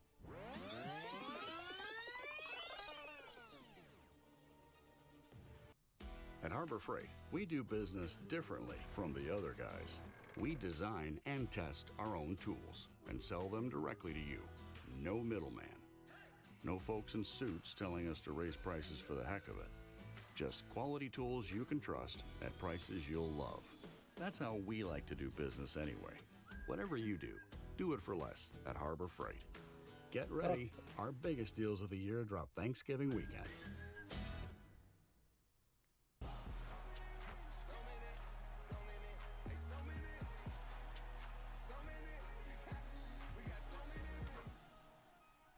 Alright. Like that? Yes, like that. Let's rewind all the way back to when Zero and X officially joined the Hunters. In this timeline, the epicenter of the Maverick issue was Abel City. This is most likely a reference to the biblical story of Abel and Cain. In the book of Genesis, Abel and his older brother Cain both made offerings to God, but only Abel's offering was accepted. This led to Cain killing his brother out of jealousy. In this case, since Dr. Cain is the creator of the Reploids, He's kinda indirectly the reason why Able City will fall. Anyway, X and Zero are pretty close, but many of the other hunters don't really fuck with X like that because he's too hesitant on the battlefield. However, Sigma finds this human side of him interesting. At this point, he's already slowly going Maverick, and he believes that the power of X's emotions can aid in their evolution. He visits Vile in prison and tries to recruit him, but Vile hates X even more in this timeline. So when he hears that the hunter is at the center of the commander's plan, Vile decides that he's not gonna side with anyone. He's just gonna wreck shit and beat up X. That's it. No ambitious goal, nothing.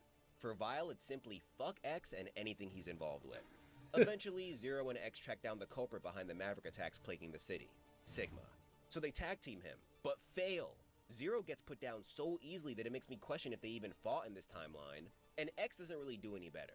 With both of them down, Sigma launches missiles at Able fucking City, devastating the place and almost killing Dr. Kane. This is gonna sound crazy. Not saying that there is anything right about this, but this is how you start an anti-human rebellion. I agree with that. 110%. That is, yeah, I agree with that. 110%. Like, I don't know. This really made me think about how Sigma started the Maverick Wars in the original timeline. That shit was weak, bro. You recruit a bunch of hunters and attack the city? Okay.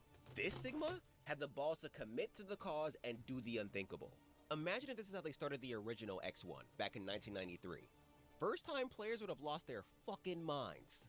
But after Sigma's act of genocide, X receives the #1 enemy of any villain when they're on their high horse, a flashback. He recounts the moment that Light sealed him in his capsule. Here the scientist tells him that his name, X, is a variable meant to represent his limitless potential, but he's too dangerous for the world right now and blah blah blah. Y'all know the rest. This vision pushes him to tap into his hidden power and hit his former commander with the Shining Finger, leaving Sigma's face scarred. Unfortunately, he's knocked out soon after. Sigma then leaves to stand on a rooftop and bask in the destruction he created, thus starting the actual game. For the most part, things go similarly to X1. X now has a navigator giving him information from Hunter HQ. During the first Vile boss fight, the Maverick once again makes it clear how much he does not mess with him. Rebellion? I don't know what you're talking about. I'm just here to cause trouble for you. I hate you. Which reminds me, the characters are fully voiced in this game, and they actually sound pretty good. Lucas Gilbertson does a decent job at making Zero sound like the badass he's meant to be, and Roger Rhodes, in my opinion, is a definitive Vile voice. Anyway, X loses to Vile, fights Sigma's lieutenant, gets stronger, and then Zero self-destructs. But listen to how annoyed he is at having to save X again. Zero! Hang in there, buddy! X, I'm always telling you to be more careful. But now look at me. Homie is sick of his shit. Afterward, he confronts Velgarder and then Sigma. And I gotta give it to Mark Gartha, the voice of X. He really killed it here. The emotion in X's voice is perfect. I'll finish this right here, right now. I will defeat you, Sigma! Of course, X defeats the Maverick commander, and the game ends with him driving. Wait a minute, isn't that Domon Ka? That's not like the main character of G Gundam. I just looked that up. I'm not gonna look it up now because I'm building, but after this, if I remember, I may look that up because that sounds like Domon. I hate these little pieces. These are the worst. These are the worst. These are the days of our lives. On a cycle, while Light talks about his reasoning for creating him in the background. And from what he says, it looks like Light's plan for X was similar to Sigma. The Doctor also wanted X's conscience to aid in the evolution of Reploids, but more in a positive way and less in a destroy all humans way. Outside of the main story, the game also has a non-canon Vile mode, for those who need a little more hate in their lives. In it, you play through the story as Vile instead of X, and honestly, I'm a little surprised by how in-depth it is. I thought it was just gonna be a reskin of X's story, but nah, homie has his own cutscenes and dialogue with the bosses. As for his main goal, Day of Sigma already hinted at it, but actually, you know what? I'll just let Vile tell you himself. You've been drawn into Sigma's rebellion as well? Rebellion? I couldn't care less. I just hate you, that's all. I mean, yeah, he wants to prove to Sigma that he's a robot that can change the world, but it's mostly fuck X. So he proceeds to fight the Hunter as well as all the Maverick bosses. And what's hilarious is that most of the Mavericks are like, bro, what are you doing here? And in response, Vile says some violent shit like, I'll take down anyone who gets in my way. Bro, I know you hate X, but calm down, damn. This whole rampage leads to him getting jumped by the Hunter duo. He wins at first, but gets too busy talking all that hot shit, giving Zero the chance to grab onto his leg. Then our boy X charges his buster and blasts his ass. Afterwards, Sigma comes up to him like, dude, what was the goal here? What was the plan? And he's like, I'ma be real, I don't know. So Sigma calls for his broken body to be picked up. But tell me how this all ends with him saying he doesn't care about the world. By defeating X, he validated his existence. Bro, I wish the Maverick Hunters field guide went more into who created these Reploids and when. Because I gotta know what went into Val's creation. I know he had a cognitive issue or whatever, but this amount of hate is obscene. But that's about it for Maverick Hunter X. So the big question is it canon or not? Well, I originally wrote this part with a confident no, since it was meant to start a reboot that never happened. But of all things, the Maverick Hunters field guide fucked me up. It adds lore from Maverick Hunter X, even though the field image they show for these characters are their Mega Man X1 sprites. So honestly, it depends on how you want to go about it. I see the game overall as not canon, but the origins depicted in Day of Sigma can be mixed in with the original origin story without too much contrast. They both lead to the beginning of the Maverick Wars anyway, and that's what matters. Well, why not just, I mean, just a suggestion, not really to this YouTuber, but to the creators, why not make it to for it to be the, what's it, Command Mission timeline?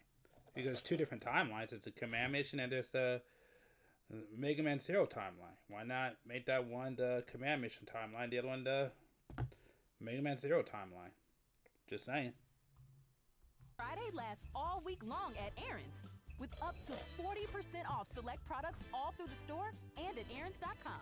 You don't need perfect credit, and approvals take less than 5 minutes. Black Friday is better at Aaron's. These mushrooms make you feel better. They increase focus and energy while keeping you calm and stress-free. Plus, they cut down on bloat and heal your gut. Wait, and they taste good? Someone should make a coffee out of this stuff. Rise. Feel better. However, we have spent way too much time here.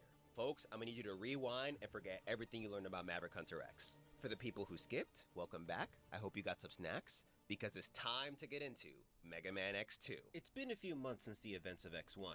Maverick activity has died down. As the only competent Reploid left in the Force, X leads the new generation of Maverick Hunters, who are at a mere fraction of their past strength. They eventually hear word of Sigma followers planning a huge comeback. Kane traces them back to an underground factory, so X and his unit raid the place. And to show just how useless our boys' team is, look at how this Hunter got bodied in the opening sequence of the intro stage of X2. They didn't even get to the real fight yet. Homie's less competent than a minion from League of Legends, so it's up to X to raid the factory alone. But once he's done, a whole new Maverick uprising occurs, with 8 special A-class Mavericks leading the charge.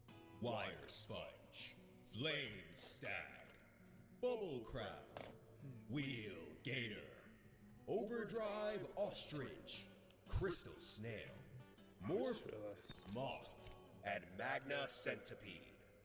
Going down the list, Wire Sponge was actually built for the Maverick army, which is a huge problem. These guys are just replenishing their ranks at this point.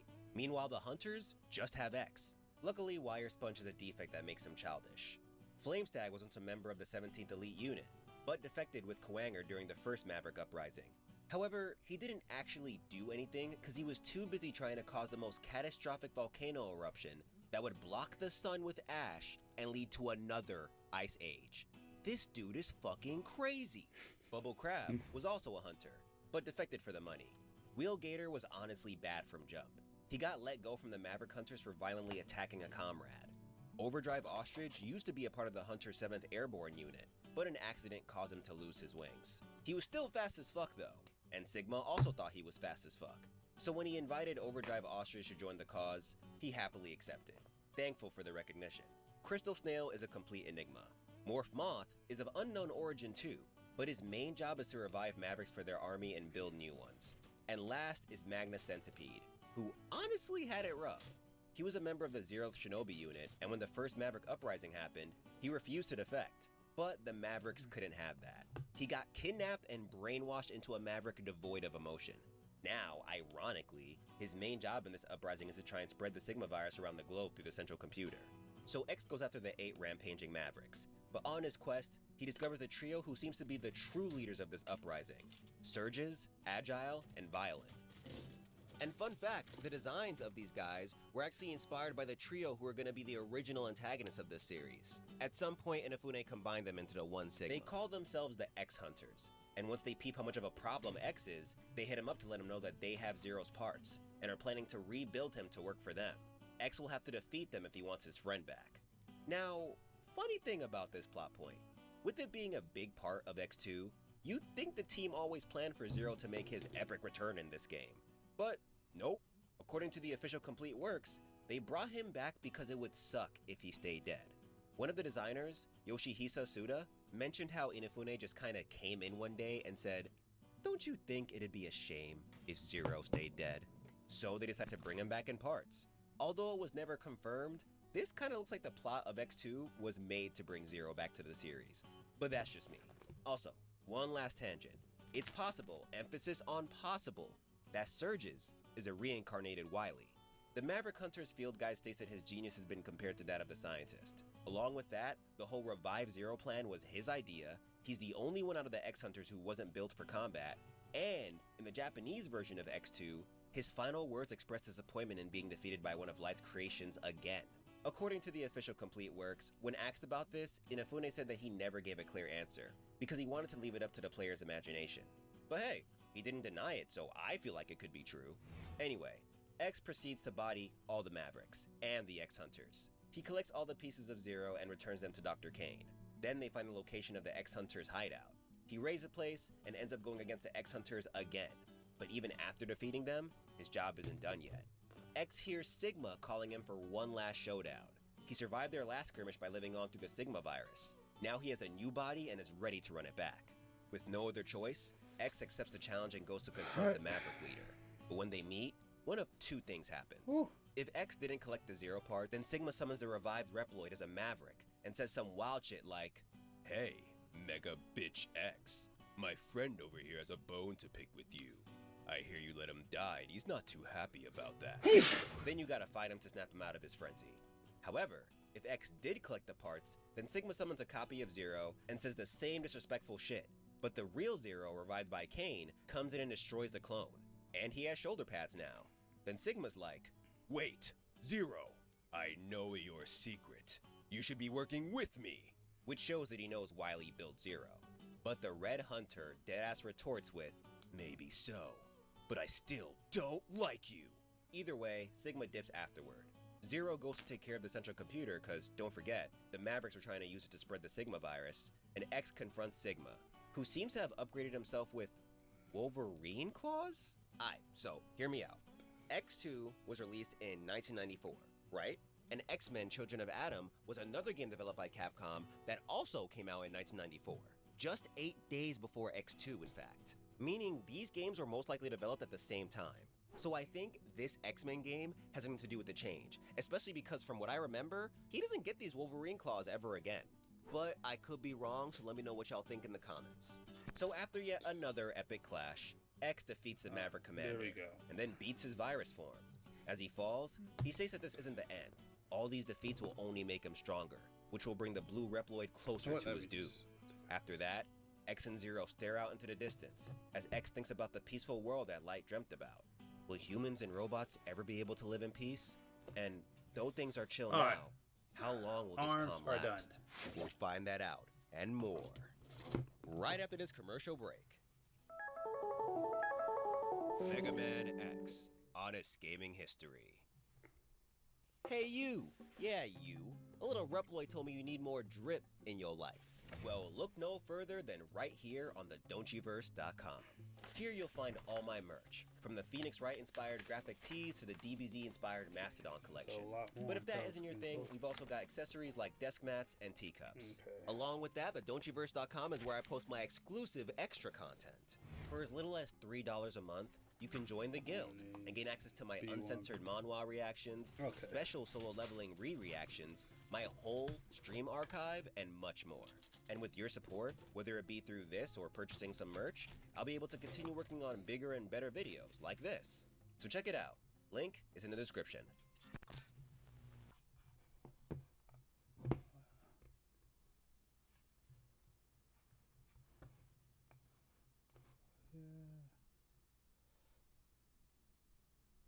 Oh, that's nice.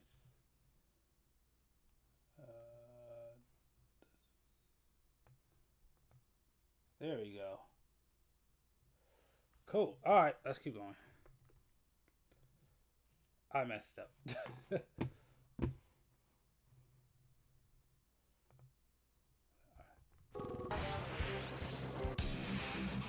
Alright, so before we get into the next section, I just wanted to address some mistakes I made in the last video. A good amount of you brought them up in a very kind and respectful manner, and I appreciate that. So I wanted to acknowledge them. First off, I did a disservice to Wily.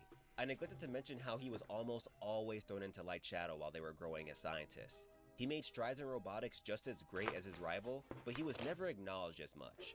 Hence why his hate for him burned like 1,000 suns. Also, in the video, I use a lot of pages from the Mega Man comic because the visuals were dope. However, the comic is a retelling of the game's events, so they aren't canon. For Oil Man and Time Man, I said their model numbers were DLN 9 and DLN 10, however that was based on early promo material for the game. From what I can tell, they were only given model numbers in the comics.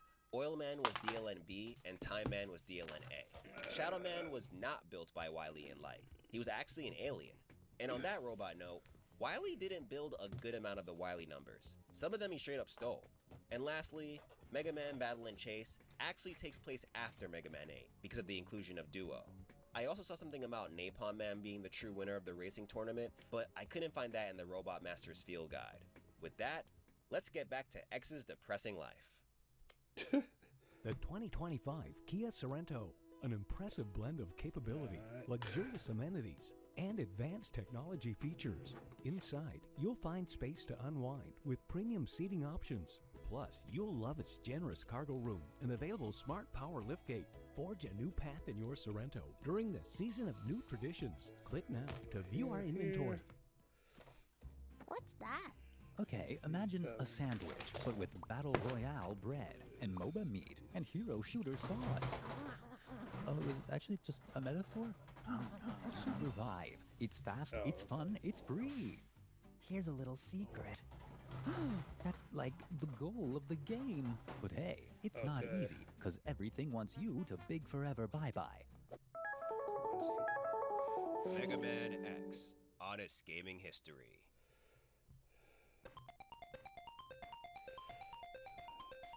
To kick off this chapter, we begin with the first spin-off game in this spin-off series, Mega Man Extreme. This was a short series on the Game Boy Color, and unlike Rockman World, it was actually developed by Capcom.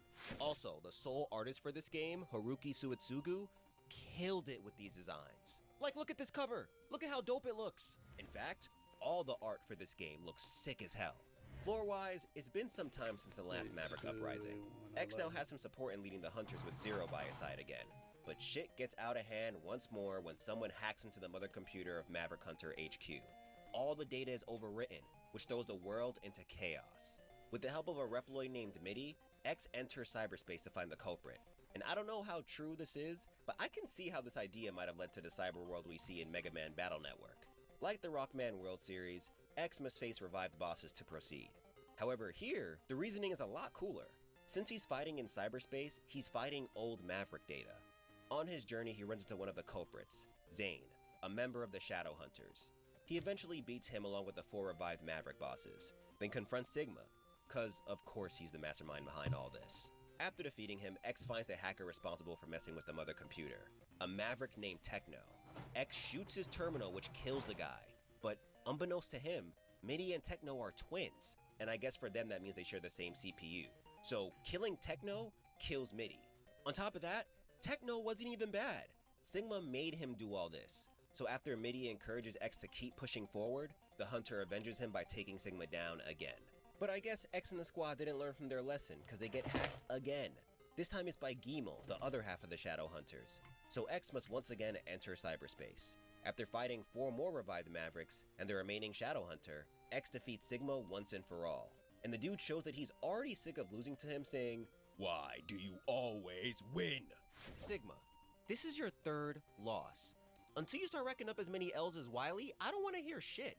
So peace temporarily returns to the world, until a Reploid scientist named Dr. Doppler is like, wait a minute, if this Sigma virus is the problem, why don't we just make a cure? That's what the humans do. So he does just that, and actually manages to cure a bunch of Mavericks. Then to house this new community, he creates a Doppeltown, a utopia free from violence. Things stay calm for a couple of months, but then Mavericks start rioting again, taking us into X3. But get this, all the Maverick Hunter's data points to Dr. Doppler as the mastermind behind everything, so X and Zero head out to question him. However, it looks like the Doctor assumed this was gonna happen, because he attacks the Hunter base before the duo can even get to him. So they return, whoop some ass, but find out that their fellow Hunter, Mac, is a traitor. He traps X, leaving it up to Zero to once again save his life. Which reminds me, this was the first game that allowed you to play as Zero. After saving their home, Zero returns to HQ to help with repairs, while X heads to Doppeltown. There, 8 powerful Mavericks await his arrival. Blast Hornet, Blizzard Buffalo, Tunnel Rhino, Gravity Beetle, Volt Catfish, Neon Tiger, Toxic Seahorse, and Crush Crawfish. Aight, so Blast Hornet actually used to work for Zero. Before all this, Zero's presence was requested at Doppeltown, but he went in instead. In doing so, he ended up getting infected by the Sigma virus. Hate to see it. Blizzard Buffalo used to be chill, but then the Sigma virus came in and he started attacking innocents. Tunnel Rhino used to be a miner, but then he got invited to Doppeltown and, you guessed it, he went Maverick. Gravity Beetle used to be a part of the Hunters, but went Maverick out of revenge for Boomerang Kwanger. That's cool. I think that's the first Maverick boss connection in between games so far. Volt Catfish used to work as a backup generator for cities during times of disaster. But then that damn Sigma virus made him go crazy too. Neon Tiger used to protect the wildlife in his home from poachers. But Sigma virus, Toxic Seahorse, is another enigma. But he was tasked with poisoning drinking water for humans, which is fucked up. And finally, poor Crush Crawfish had a flaw in his system that made it hard for him to tell friend from foe. So bitch-ass Doppler used this to his advantage to get him on his side. Along with these bosses, Dr. Doppler also sends his Nightmare Police and the revived Vile, Vile Mark II. The Nightmare Police is made up of 2 Mavericks named Bit and Bite. They were built using the specifications of the most advanced Reploids in the world. So, on paper, they should be hella strong. The Maverick Hunter's field guide even says that Bite's strength could be compared to Sigma's. Regardless, the Hunter duo takes out the Maverick bosses, the Nightmare Police, and Vile. And hold up, I've been racking my brain about this for the longest. Is it me, or does Bit look like Metabee from Metabots? Let me know in the comments. Anyway, using the memory chips of the defeated Mavericks, Dr. Kane pinpoints the location of Doppler's lab. With that, the 2 Hunters commence yet another gauntlet, which includes a rematch with Vile and a battle against a fused Bit and Bite. They turn into this godlike Reploid named God Car Machine Oinari. Oh, and Vile still got that deep, deep hate for X. When X finishes him off, he tells the guy that he will haunt him till the day he dies. Vile, fucking relax. Then X finally reaches and defeats Doppler, but it's revealed that Sigma was behind everything. He corrupted the Doctor using his virus form. That vaccine, it was just a placebo. And to add to the list of horrible shit Sigma made him do, the Doctor reveals that he was forced to make the Tyrant a new battle body as well. So X rushes to fight the Maverick leader and wins, even with his new body. And homie is so salty, bro. He's like, "What? I still can't beat you? Even with this magnificent battle body?" But once he's down to his virus form, he's like, fuck it, and tries to possess X. But his plan fails in one of 2 ways. One involves Doppler sacrificing himself to destroy Sigma with the vaccine. The other ending involves Zero coming in to save X instead. He somehow infused Doppler's vaccine in his Z-Saber and slashes Sigma with it. Either way, Sigma is destroyed by Doppler's vaccine. That's what matters. Then, as X and Zero stare at the remains of the fallen Doctor's lab, we get the usual, X ponders about the meaning of this war. Why must they fight? Will they ever find peace? But then the scene ends with them saying that X's destiny has already been sealed. To save humanity, he must destroy Zero. Excuse me? Bro, imagine being a kid, getting all hyped that you finally beat this game, but then you see this wild-ass message at the end. And then instead of giving us a little more context, they're just like, only time will tell when this clash will happen. Like, what? At least hint at it more throughout the game before you drop a bomb like that. Anyway, with the day save... Yep, I remember that. Very well. I guess. Let's move to the next game in this timeline. Mega Man Extreme 2. Reploids all over the world are getting their data wiped, leaving them as lifeless shells. They dub this phenomenon erasure. Then one day, the readings of all the Reploids on Lagoo's island vanish, just like that. They call this dark as fuck event the Erasure Incident. In response, the hunters send X and Zero to investigate. And though this isn't the first game where Zero is fully playable, he does have his own mode here. They're also aided by a new character named Iris. She's the product of a failed experiment by Repliforce scientists. But that's as far as I'll go in terms of her backstory because the Repliforce doesn't get introduced till X4. After defeating Skullhead, the guardian of the island, they're confronted by a Reploid named Gareth. He states that he is a soul eraser who eliminates the souls of Mavericks. But Zero's like, that's bullshit. Tell us what you really do. And tell me how this guy is like, it takes real guts to ask me a question like that. Interesting. Let's play a little game.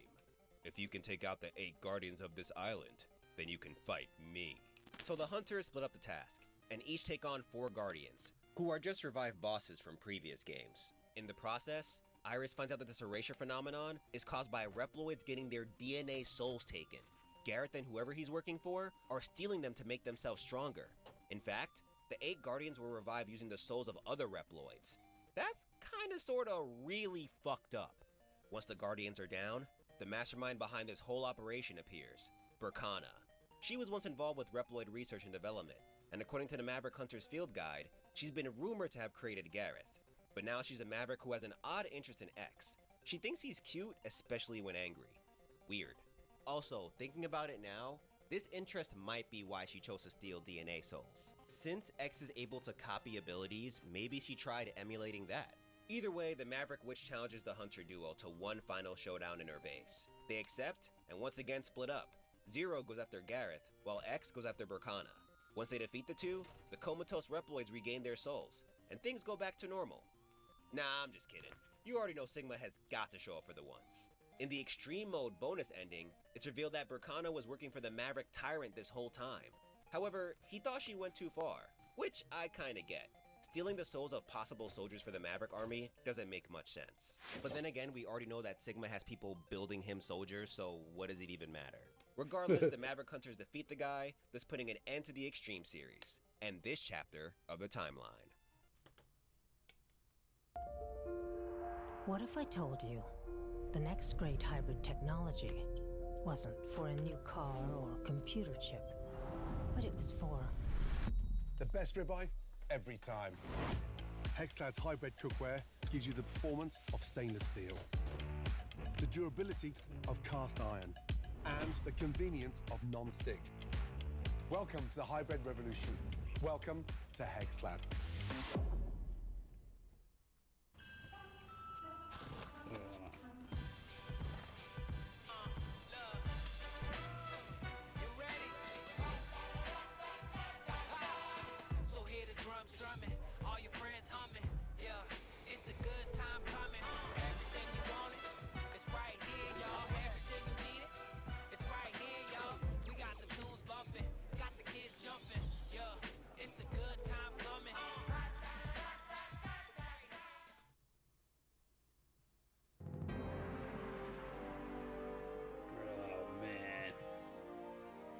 So next I played this game so many times. This one of the few games in my that I have played and beat time and time and time and time again. One of these days if I can figure out how to install my old games, I'll go ahead and replay Mega Man X4. Because that one I played so many times. so many freaking times.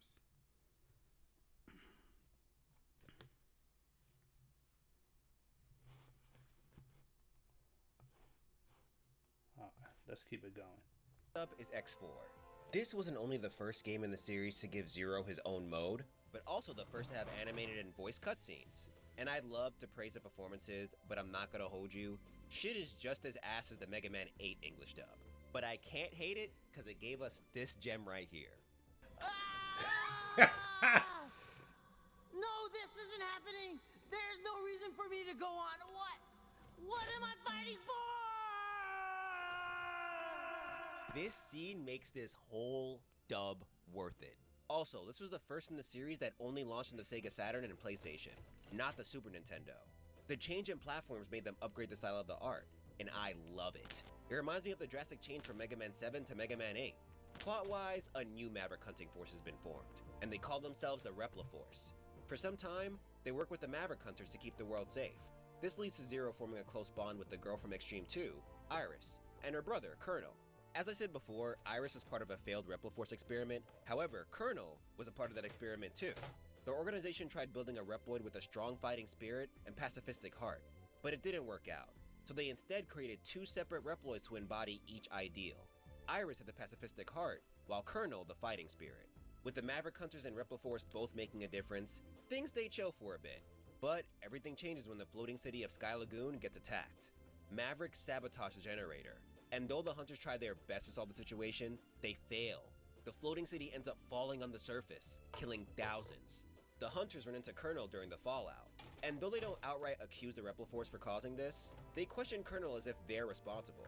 They even ask them to lower their weapons and come back to HQ for questioning. But Colonel is like, bro, I only came here to save my sister. The Repliforce hasn't done shit. What are you even talking about? But once the hunters mention that they'll have to treat them as Maverick, Colonel snaps. He tells them to consider them Maverick if that's what they wish, then dips. And I'm not gonna hold you, I feel Colonel here. Like, I mean, if you accuse me and my people for shit we didn't do, I'd be pissed too. So in response, the Repliforce makes a commendable move. Its leader, a big-ass Reploid named General, announces that he wants to build a Reploid-only nation in space, where they can live free from prosecution. He's not trying to start beef with anyone, he just wants a place where he and his fam can relax. Oh, and I know I already came at the voices, but General's voice is so weird, like it doesn't match him at all. That is freaking true. I remember his voice on the back of my hand. But I enjoyed it so much because it's memorable. Soldiers of Repliforce, we have all been wrongfully judged as mavericks by the humans. I don't know who was in charge of casting, but why? What could have been the reasoning for this? Anyway, the hunters see all this as a coup, so they move out to stop the Repliforce, beginning the Great Repliforce War. And as usual, 8 Mavericks, some Repliforce, some not, stand in their way. Frost Walrus, Web Spider, Split Mushroom, Magma Dragoon, Jet Stingray, Cyber Peacock, Storm Owl, and Slash Beast. Before all this, Frost Walrus was already a violent individual, which made him a target for the Maverick Hunters. This aggressive nature made him jump at the opportunity of joining the Repliforce. Web Spider was a Maverick Hunter who ended up joining the Repliforce as their guerrilla unit's commander. Split Mushroom was revived by Sigma. Jet Stingray is just like Armored Armadillo. He got recruited to the Repliforce and his loyalty to the cause made him join the war. Cyber Peacock was once an AI meant to protect important computer systems, but he was reprogrammed by Sigma. Storm Owl is also a member of Repliforce, but he's been holding a grudge against the Hunters ever since the defeat of his old friend Storm Eagle. Slash Beast joined the Repliforce to test his strength. And last but not least, we have Magma Dragoon. He was once a Maverick Hunter, but he betrayed them. He was actually the one who sabotaged Sky Lagoon and started this whole mess. His reasoning? He wanted the chance to face X and Zero without holding back. Yup, homie defected and then joined the Repliforce for the smoke. But when you think about his inspiration, it actually makes sense. According to the Maverick Hunter's field guide, Magma Dragoon is a practitioner of the Ansatsuken, Akuma style from Street Fighter. And if you didn't already know, Akuma lives for the hands. However, the reference goes even deeper than that. One of Akuma's greatest feats in Street Fighter was destroying an island with one blow. Though it wasn't done in the same fashion, Dragoon also caused an island to get destroyed. I have no idea if this was done on purpose, but if it was, that's pretty cool. Anyway, Zero and X engaged with the Mavericks. Zero was aided by Iris, while X is aided by a new recruit named Double. As they do their thing, the Rebel Force continues constructing the satellite they plan to migrate to space with. However, it looks like this new home also doubles as a big-ass space laser. The game refers to it as their final weapon. This part confused me because General never gave any reason to make us think he needed to build some crazy, violent weapon. I thought this was supposed to be a chill, peaceful move, but I guess not? If any of you guys can give me clarity on this in the comments, it would be much appreciated. Maybe I missed something. But after finishing off the Mavericks, Zero ends up having one final showdown against Colonel. They've been beefing since the Hunters accused the Rebel Force of going Maverick. Their clash ends with Zero as the victor, but he ain't too happy about this. Not only did he not want to kill his old friend, but now he has to explain to his sister how he died. Regardless, the Reploid falls, asking Zero to let Iris know that he died as a proud Rebel Force soldier. Afterward, the Hunter duo chases after the rest of Rebel Force who dipped to space. As they fight through the satellite, X is stopped by Double, who reveals himself to be a spy. Sigma was manipulating everything behind the shadows to get the Hunters and Rebel Force at odds. He sent Double to keep an eye on X, but even with the element of surprise on his side, the Yellow Maverick is still no match for our blue hero. Meanwhile, Zero confronts Iris, and unfortunately for him, she opts for the Avenge My Brother route. This leads to Zero killing her, which leads to this. What am I fighting for? Yeah. Man, I will never get tired of that. Now X and Zero can apprehend the General. When they get to him, X asks why this had to lead to violence, and the Rebel Force leader responds with, "Bro, you're the ones who called us Maverick, the fuck did you expect us to do?" And X is kinda left standing there like, damn, you right. After beating him, Sigma shows himself, only to get taken out soon after. But instead of his usual saltiness, the Maverick leader is filled with pride, because the final weapon is preparing to fire at Earth and nothing can stop it. Fortunately, or unfortunately, I guess, General is still alive, and sacrifices himself to prevent the end of the world.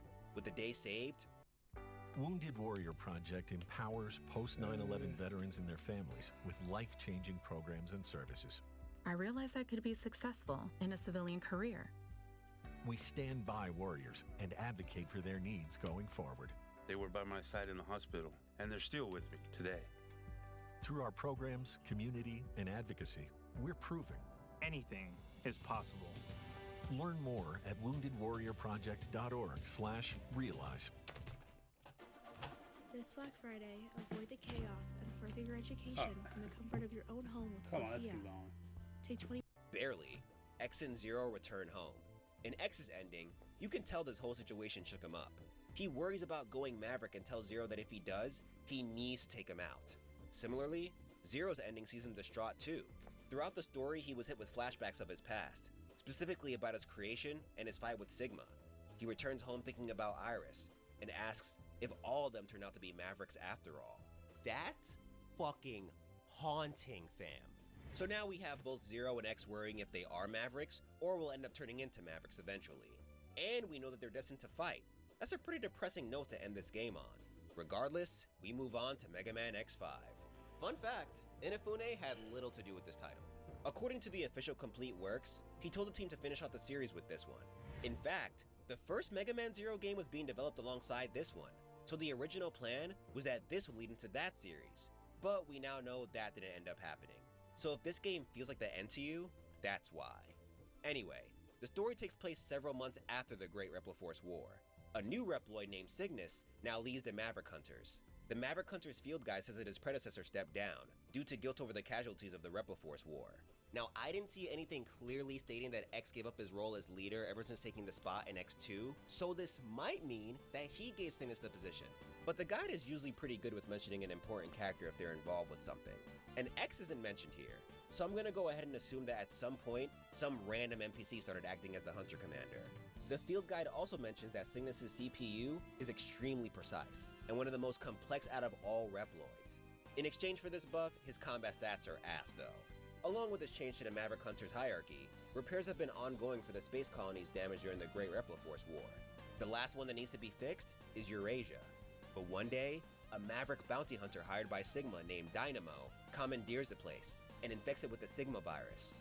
Meanwhile, Sigma pulls up to Earth for seemingly no reason. After X and Zero take care of him, His explosion causes the Sigma virus to spread across the globe. Reploids and mechanoloids everywhere start malfunctioning, while humans begin getting sick. Yet nobody's safe this time. So the hunters regroup and assess their situation. There's a global pandemic, and thanks to Dynamo, Eurasia's gravity system got fucked. So now it's free falling down to Earth. If it hits, everybody gonna die. So Aelia, another new Maverick hunter, suggests they use Enigma, an ancient laser beam of mass destruction. With it, they can destroy the colony before impact. However, they'll need X and Zero to collect 4 parts to make it work, and getting them won't be easy, as 4 powerful Mavericks are guarding them. Crescent Grizzly, Bolt Kraken, Shining Firefly, and Tidal Whale. So Crescent Grizzly used to be an illegal weapons dealer. Crazy, I know. He also knows that he will eventually succumb to the Sigma virus, so he chooses to fight X and Zero of his own free will before that happens. Oh, and that scar on his face was actually given to him by Zero. Bolt Kraken used to be friends with Launch Octopus, but ever since the Maverick's death, he's held a grudge against X and Zero. Shining Firefly was a Reploid scientist who was distrusting of the Hunters, but very interested in X and Zero. Due to the virus taking over his systems, he asked the duo to put him out of his misery once they confront him. And last up, Tidal Whale was the Oceanographic Museum Chief and Maritime Security Force Captain. When the Hunter duo beats him, he asked to be laid to rest in the sea he loves so much. Also, in the English version of this game, each Maverick boss got a different name inspired by a Guns N' Roses band member. So Crescent Grizzly was Grizzly Slash, Bolt Kraken was Squid Adler, Shining Firefly was Izzy Glow, and Tidal Whale was Duff McWhalen. Once the Maverick bosses are down, the Hunters use the gathered parts to fire Enigma, but it only destroys a portion of Eurasia. So they go with Plan B, crash a space shuttle into the landmass. But guess what? This shuttle requires 4 parts to run too, and these parts are being guarded by another 4 Maverick bosses. Spiral Pegasus, aka the Skyver. Spike Rose Red, aka Axel the Red. Dark Necrobat, aka Dark Dizzy. And Burn Dino Rex, aka Matrex. Going down the list, Spiral Pegasus used to be a part of Repliforce, and asked to be taken down in one final duel after the Sigma virus outbreak. Spike Rose Red was once a nature control unit, but the virus mutated him into what you see here. Dark Necrobat was built by Sigma 3 years ago, but he ran away from his master. And Burn Dino Rex was also a part of Repliforce, but homie also has an illegal weapons problem. After taking down all these guys and collecting the shuttle parts, they proceed with Plan B. Zero volunteers to fly the shuttle, and he manages to destroy the falling colony. However, debris from the impact still falls to Earth. A few hours later, Zero was found safe and sound in his crashed shuttle, but something is off. The virus from the colony and Sigma virus somehow fused and caused the formation of a small cyberspace pocket dimension. Stranger yet, the readings of this new combined virus are similar to Zero's. Because of this, Aelia calls it the Zero virus. X heads to the crash site looking for his friend, but when he finds him, things don't go the way he hoped. He tells them that they should go back to HQ so he can get repaired. Staying around all this virus is too dangerous. But Zero refuses, believing that sticking around can help him find more clues. So X pulls a Naruto and is like, "Listen man, I know now is probably a bad time to fight since we're on a mission and all, but I'll bring you back by any means necessary." Black Friday lasts all week long at Aaron's, with up to 40% off select products all through the store and at Aaron's.com. You don't need perfect credit, and approvals take less than 5 minutes. Black Friday is better at Aaron's. What happens when you drink Rise Mushroom Coffee? Your body feels lighter and freer. These turkey tails help cut down on bloat and balance your gut with prebiotics for smoother digestion. Coffee without a stomach ache? Whew, much better. X, chill bro, ain't you all about the peace and shit? What happened? Zero refuses again, and thus, the prophecy is fulfilled. The two hunters clash, but it ends in a draw. While they're both down, Sigma pulls up talking all that hot shit, ready to finally end X. But Zero defends him and scares the commander away. With that, the hunters reunite for one last hunt. Once they get to Sigma, the guy reveals everything. He's been receiving help from an old man, a man who was very interested in Zero, and thinks of him as his son. Though he doesn't outright say it, it's pretty obvious this old man is wily. Under the doctor's instructions, Sigma spread the Sigma virus all over the planet, and set up the Eurasia colony crash to try and increase its power.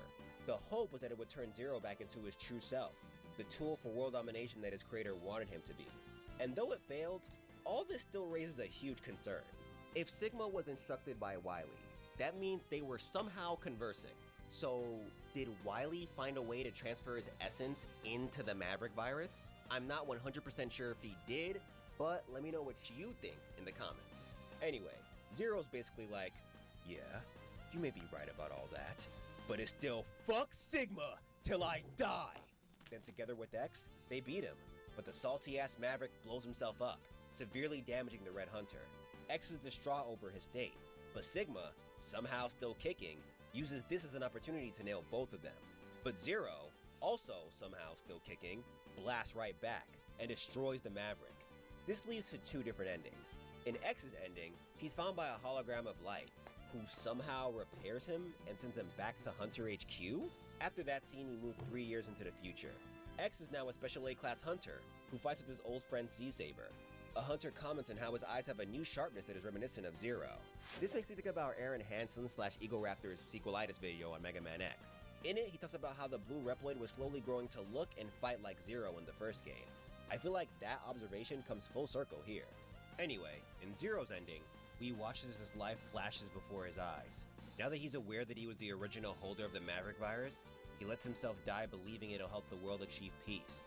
The final image he sees is a virus. So this is all depressing as shit, but there's a third ending that takes the cake. This one gets triggered earlier. Depending on how you go about the game, Zero can end up going Maverick once he crash lands on Earth.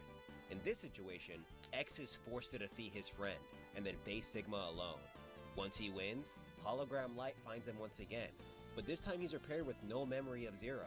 Without the tragedy of his best friend's death dragging him down, he sets his sights on a new goal, building a utopia for everyone that he wants to call Elysium. In Greek mythology, this place is pretty much seen as the afterlife for heroes. But more specifically, in Homer's writings, he describes it as a land of perfect happiness at the end of the earth. So yay, X is finally gonna create his utopia free of violence, but at the cost of forgetting his best friend. That's fucked up. However, none of that matters because the X series continued even though Inafune didn't want it to. According to the official complete works, the next game in the series, X6, just kinda fell into his lap. He said that the series was moving in a direction that was out of his control, and going forward, he wanted to be careful with how he managed it. Oh, if only you could see into the future, my friend. So this game takes place merely 3 weeks after the colony drop incident. Yeah, screw that whole 3-year time skip back in X's ending. The Hunters have put the majority of their efforts into rebuilding their home, but unfortunately, because of the pollution caused by Eurasia's debris, humans have moved underground.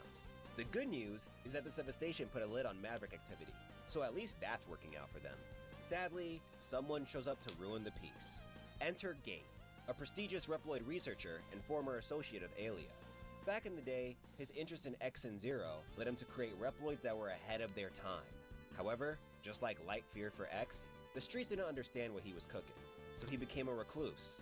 His colleagues grew jealous of his strides in robotics, so they sabotaged the Reploids he created so they'd be deemed as Mavericks. This obviously led to their destruction. So Gate ain't the happiest dude alive right now. One day he investigates the crash site where the Zero virus was born, and there, he finds a fragment containing Zero's DNA.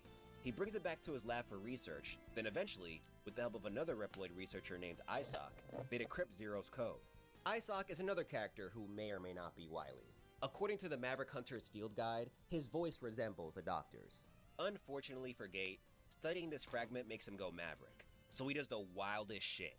This guy mutates the Sigma virus into something new and horrific called Nightmare. As the name suggests, this virus forces its victim to see nightmarish visions that could either lead to their malfunction or them straight up deleting themselves. What the actual fuck? Because he's losing his freaking mind, he sees this madness as liberating, but his plan isn't done yet. He creates a Reploid whose power surpasses that of— Alright, let's see how we doing. 2,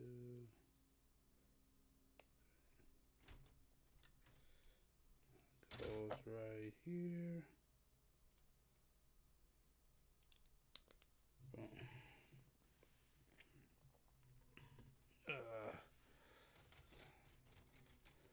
Then 1, Yep, that happened. That goes right here. Boom.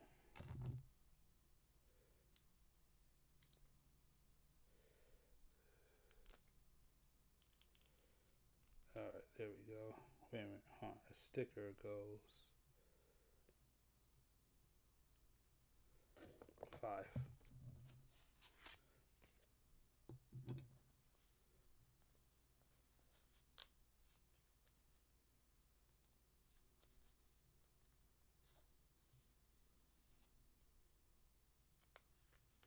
Okay, let's get back to it.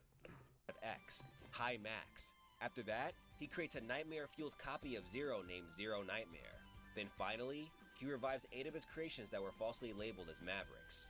Commander Yamark, Blizzard Wolfang, Blaze Heatnix, Metal Shark Player, Rainy Turtleoid, Ground Scaravich, Shield Sheldon, and Infinity Maginian. So ready yourself, because almost all these backstories are pretty sad. Commander Yamark was originally tasked with protecting the forest, but one day he accidentally lit it on fire. Though he wasn't held accountable for it, he later died due to one of Gates' haters sabotaging his flight system. Man, that sandwich looks lonely. It's sad. So let Jimmy John's fix that by adding free chips and a free drink. Turn an 8-inch sandwich or wrap into a combo for free after 2 p.m. A1. Only at Jimmy John's. Oh, jeez. This commercial's like killing me. Blizzard Wolfang was the leader of an investigation team in the North Pole, but his squad got brutally slaughtered by Mavericks. He left that situation with survivor's guilt, then was later destroyed by Gates' former colleagues. When he was revived, he joined Gate because he felt it was the only way to make it up to his dead team. Blaze Heatnix was just a dick. Homie was too strong and would leave his teammates if he felt they were weak. Metal Shark Player was involved with the legal DNA resurrection, so he got destroyed. Rainy Turtleoid, poor Rainy Turtleoid, was created by Gate with max defense stats, but the other scientists didn't like that. They told Gate to nerf the dude, but Turtleoid felt bad for all that he, his creator, was getting. So he deleted himself. On a happier note, his stance reminds me of Akuma's post-Raging Demon, so, you know. That's cool. Ground Scaravich was sent by Gate to investigate the places where X and Zero were sealed. However, Alia was sent to intercept and kill him. Damn, girl! Didn't know you had it in you! Also, Gate apparently didn't give a shit about this Reploid dying. Homie was a savage even before the virus got him. Shield Sheldon was in charge of protecting people of importance. But then one day, someone went Maverick under his watch. He had to take him out, which led to Gates' haters falsely labeling him as Maverick. Shield Sheldon couldn't take the accusations, so he deleted himself too. And last, Infinity Maginian. He was made to test large weaponry, but then Gates' haters started meddling, and it led to his death. So now you know the depressing origins of the X6 bosses. You're welcome? With everything set, Gate initiates his full plan. He empowers High Max and his other Mavericks with Nightmare, then gets ISOC to secretly carry out a bunch of Maverick attacks. Nightmare begins to spread, and just like that, the world is in crisis once more. X is sent to the scene to quell Maverick activity, but he runs into High Max. The guy blames all this on Zero Nightmare, who he claims is the ghost of Zero. X is like, the fuck are you even talking about, bro? From what I can tell, you're behind all this. So they fight, but X can barely do anything to this guy. In the end, High Max leaves saying the hunters ain't nothing special. He doesn't need them to stop Zero Nightmare. Afterward, ISOC shows himself to the public and also blames all the Maverick attacks on Zero Nightmare. He adds that the spread of Nightmare is the Maverick's fault too. However, he's working with High Max and Gates' 8 revived Mavericks, who he calls the Nightmare Investigators, to save everyone. He ends his speech by asking for the help of any Reploids willing to volunteer. X thinks this is bullshit, so after a talk with his fellow hunters, he deploys to look into the 8 areas of interest the investigators were sent to. Eventually, after beating Zero Nightmare, he runs into the real Zero. Since X5 didn't end the timeline like it was supposed to, Zero just kinda came back to life, completely repaired. Don't think too hard about it. Even the Maverick Hunters field guy says some cryptic shit like, there are rumors that supernatural causes may have been involved with Zero's recovery.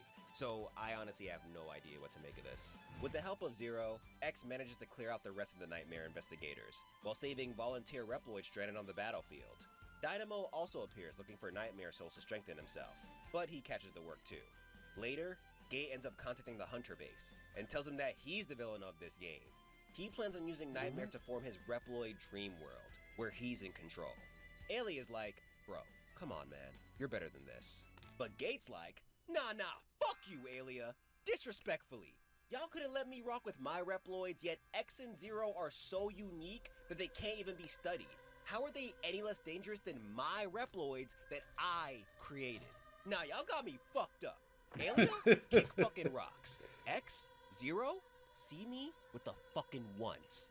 So the Maverick duo pulls up to his lab, partakes in the gauntlet, beats High Max once and for all, then takes out Gate. But then this dude says the wildest shit. Like, this dude Gate is one of the vilest Reploids we've ever seen in this timeline. You won't expect what he says next. This man reveals that on the side, he was rebuilding Sigma. Yeah, Sigma's back. Again. But Homeboy's like, fuck you, Gate. You didn't revive shit. I was never dead to begin with. I want you to be my coach. I want you to be my coach. Come here.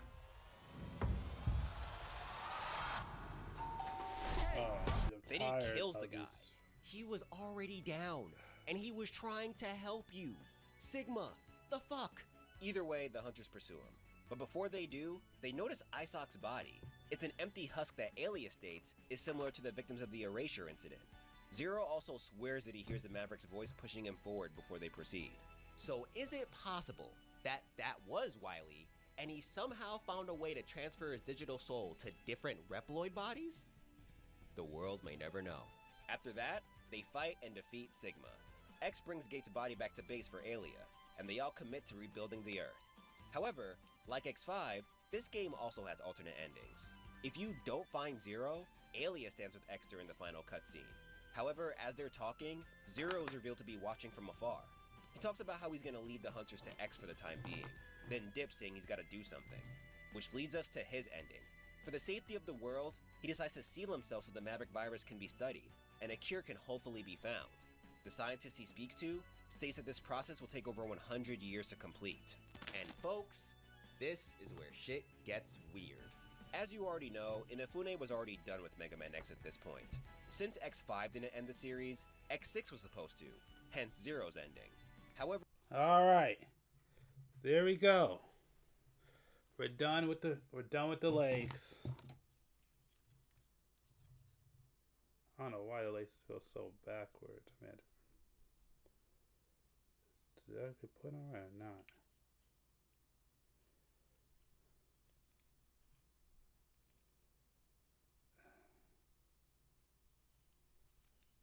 Yep. There's the legs. Come on. Come on, focus. There we go. Cool. Alright, let's go to the waist. However, we still have X7, X8, and Command Mission. A common theory I've been seeing is that X6 causes a split in the timeline. In the main continuity, Zero's ending leads to the events that start Mega Man Zero. In the other, we have X7, X8, and Command Mission. However, another theory I've seen states that X7 and X8 are both in the main canon, while Command Mission isn't. Zero's X6 ending just happens further in the future than we thought. Now, I'm gonna be honest. Both sides have good points, but because I haven't seen anything from Capcom specifically stating that X7 and X8 aren't in the main continuity, I gotta go with the second theory.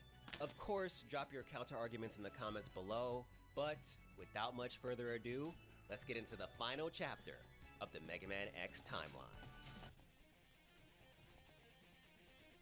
Yeah. So X7 was the series' first try at going 3D, and folks did not like it. They tried mixing in 2D elements to stay true to their usual formula, but it didn't work out. In fact, this is the only Mega Man X title launch I remember because of how much people didn't like it. However, outside of the gameplay issues, I recall this guy being the main target of everyone's hate. This is Axel, the new kid on the block. Armed with 2 pistols, the power to copy the ability of robots, and even transform into some robots, he made his debut as the main character of this game. Back then, from the outside looking in, I didn't see what the big deal was. I thought his design looked way better than X. Actually, Inafune's only contribution to this game wasn't helping with his look. But now that I'm waist deep in this Mega Man shit, I get the anger. Since X was absent for a lot of the game, it felt like Capcom was trying to force replace him. And though the voice acting overall... And it's funny how they actually did this again with Metal Gear Solid. Oh, God. Yeah, this is a pretty bad one, I ain't gonna lie.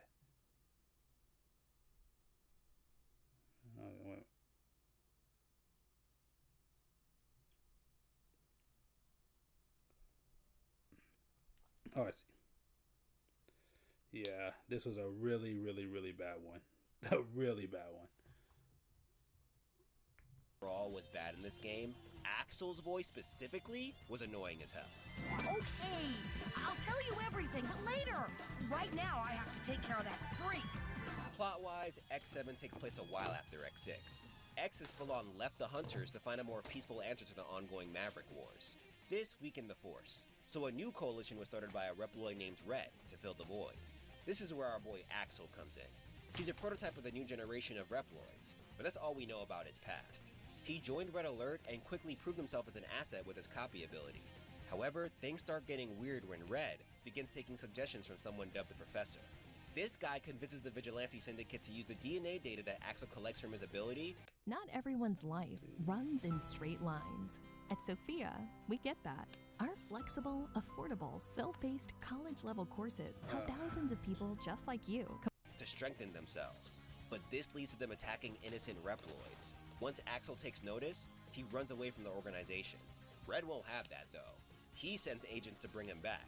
Zero ends up running into him, and together they stop the pursuers. But since Axel was at the center of all this chaos, he's looking sus as hell right now. So Zero arrests him. Once they make it back to HQ, Axel immediately shows interest in becoming a hunter. But X is so against it. Yeah, even though he retired, I guess he still hangs around the hunters. Then a transmission comes in from Red. Aware that Axel is with them, he challenges the hunters to a game. He'll release some of the Mavericks they caught, and they'll compete to see who can take them down. If they win, then Axel is theirs. X thinks this is stupid, and I see his point. They're about to get into another senseless fight all because Axel doesn't want to go back to his team. But if they let Axel go, the team will only continue to steal DNA data, so they have no choice but to fight. Regardless, X stays back because he's sick and tired of the violence, leaving Axel and Zero to take on the Mavericks and 8 agents of Red Alert. Flame Hynard, Vanishing Gungaroo, Tornado Tonian, Ride Borsky, Splash Warfly, Snipe Anteater, Soldier Stone Kong, and Wind Crowrang. Flame Hynard was a Red Alert member who suffered from a malfunction that caused him constant pain. He thinks destroying the Maverick Hunters is the only way to fix himself. There's honestly nothing special about Vanishing Gungaroo, except for the fact that he likes fighting in his ride armor. Tornado Tonian is surprisingly aware of the Professor manipulating Red Alert, so he wants the Maverick Hunters to stop them. Ride Borsky is honestly just a hothead.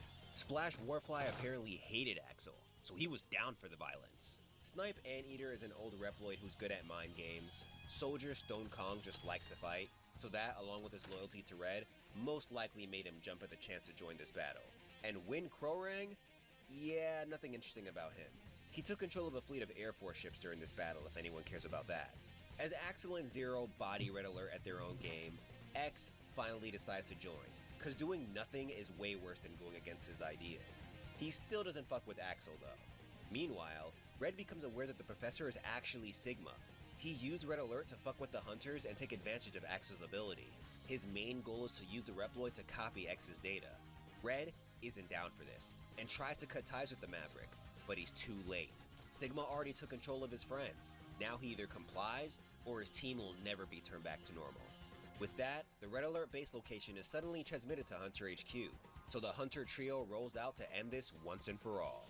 Once they confront and beat Red, he sets the place to blow, and tells them to get out while they can. Axel begs for him to come with them, but he chooses to fall with his ship. Next up on the deletion block is Sigma. The trio gives him the business too, with Axel dealing the finishing blow. And it's in a surprisingly cool way. When it looked like Sigma knocked him out, he returned as Red to trick him. Then at the last minute, he shot the Maverick in the face. Good shit, bro. Almost makes up for that stupid ass voice. With that, the Hunters head home. Then we get one of 3 endings. In both X and Axel's ending, Axel tries shooting his shot with X again, begging him to accept him as a hunter. But X is all like, "No, Axel, fighting the obvious bad guys won't create peace. That's not what it takes to be a hunter."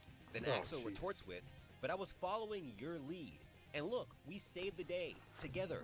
But X, in one of his most dumbass responses, is like, "Yeah, but what I was doing was wrong." X, just say you hate the kid, bro. I promise you, you are the only person in the Hunters who takes this pacifist thing so seriously.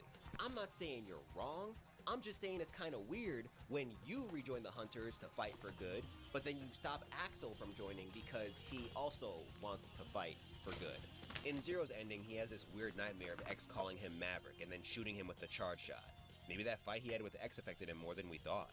But with that, let's move on to the last game within this timeline, Mega Man X8. When you've got the right gear, nothing is out of reach.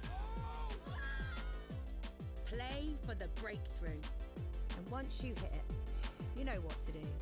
Keep playing. What happens when you drink Rise Mushroom Coffee? You start to feel a calm, level-headed focus. That's Lion's Mane. Time to lock in. Shiitakes keep you feeling healthy, King Trumpets help with overall longevity, and Cordyceps bring you that boost of energy you love. So what happens when you drink Rise Mushroom Coffee? Your day gets better. A lot better. And who doesn't want better to start right now? This title brought about a huge change to the series' art style. Tatsuya Yoshikawa, the game's artist, redesigned the Reploids to look a tad more futuristic. Their normal, bulky limbs were slimmed down, and their armor was changed to look more polygonal.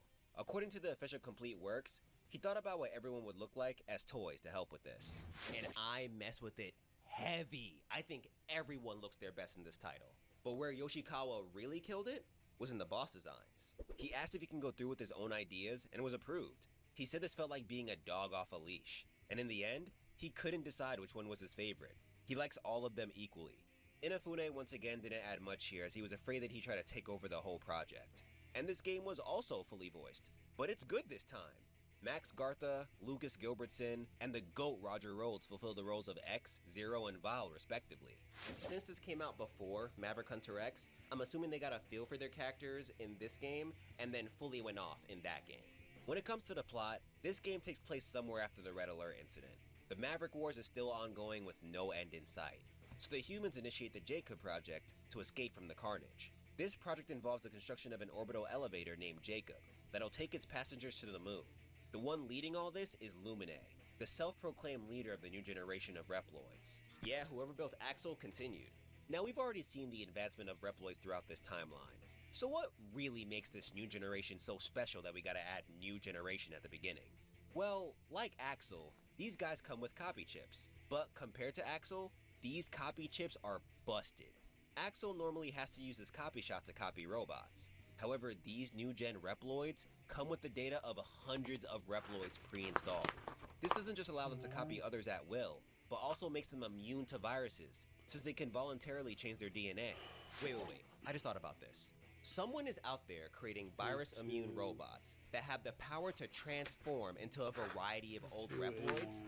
Isn't that, I don't know, kinda sorta really fucking dangerous? What if one of them poses as Cygnus for the day and then gets mad at the Maverick Hunters to go Maverick?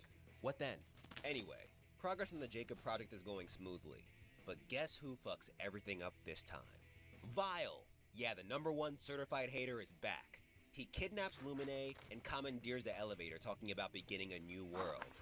Then another Maverick uprising occurs. 8 new-gen Reploids start tearing up the city. Alright, last one. Let's make this count. Bamboo Pandemonium. Optic Sunflower. Dark Mantis. Gravity Antonian. Earthrock Trilobite. Gigabolt Man of War. Avalanche Yeti. And Burn Rooster. Okay, so the first one is a doozy. Bamboo Pandemonium went Maverick after determining that the evolution of destructive creations, such as Reploids, meant that the world, wanted to be destroyed for a new beginning. Bro, what? History said destroy, so you also said destroy? Optic Sunflower used to be in charge of a Maverick Hunter training ground. Dark Mantis was in charge of an underground military facility and refused to believe that he went Maverick. We'll soon find out that he indeed went Maverick. Yeah, I know, it's weird that all these new gen Reploids went Maverick even though their whole thing is to not get viruses, but don't worry, it'll be explained soon. Gravity Antonian also dismissed the idea of being Maverick, saying it's the world that's evil. Earthrock Trilobite used to be in charge of mining. Gigabolt's Man of War used to provide energy to the city of Megalopolis. Hold on. Okay. Let me go in. Which way? This way, right?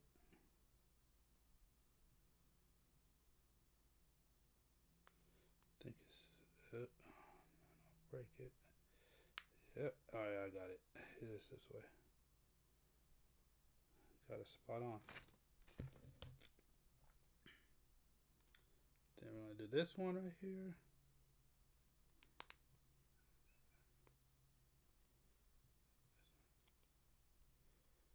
Alright, knock this out. There we go. Alright. Then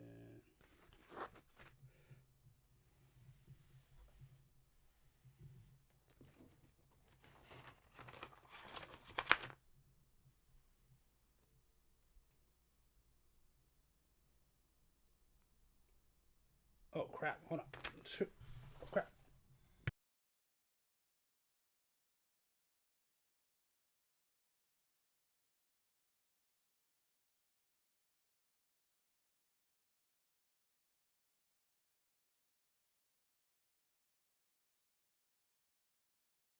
I am now, my bad. Yes. How you doing? Nice to see you, Mia. I am reading chat. Like I'm going to fix it. But welcome to the stream. I gotta check something real quick. But it's going good. My bad. I got too invested in the bill. I wasn't even looking at chat. But don't worry. Next live stream, that problem will be fixed. But welcome, welcome, welcome.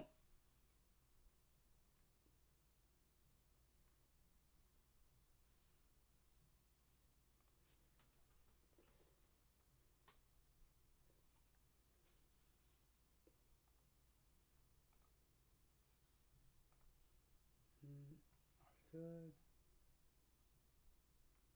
Okay, cool. Woo. Man, my bad.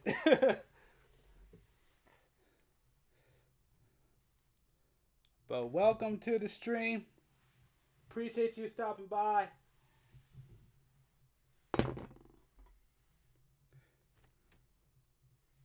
Oh, that was horrible.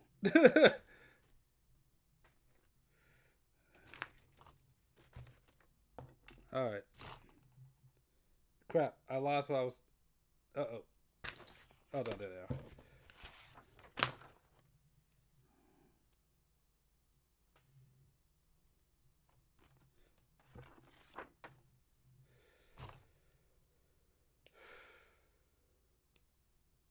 All right.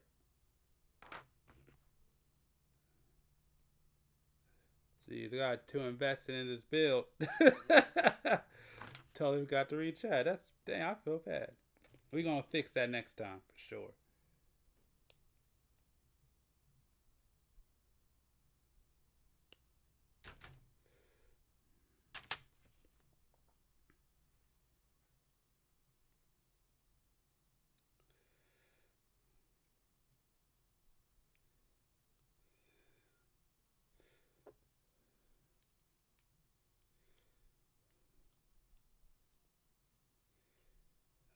Okay. And we just finish up the waist. Boom. Alright. Oh man, I feel bad about that. So there we go.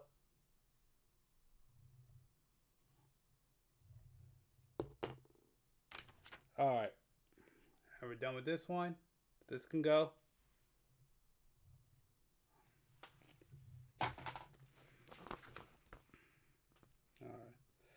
Now let's go ahead and finish this up. Alright. We're going to keep this going. Dude, I got 2 invested. I wasn't even... Oh, man. Why is the kick down there?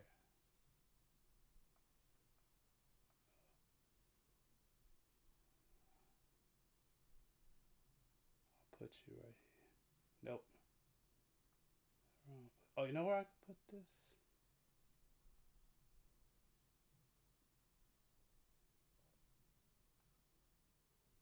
I can put this right here. There we go.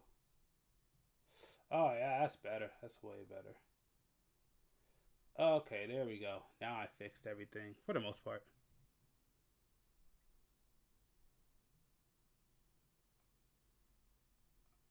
Chat right there. Alright, there we go. Yep. Alright, got it all fixed.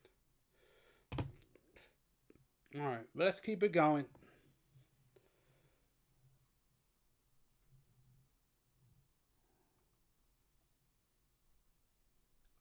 I've never heard of this place till this game, but apparently it's in Australia?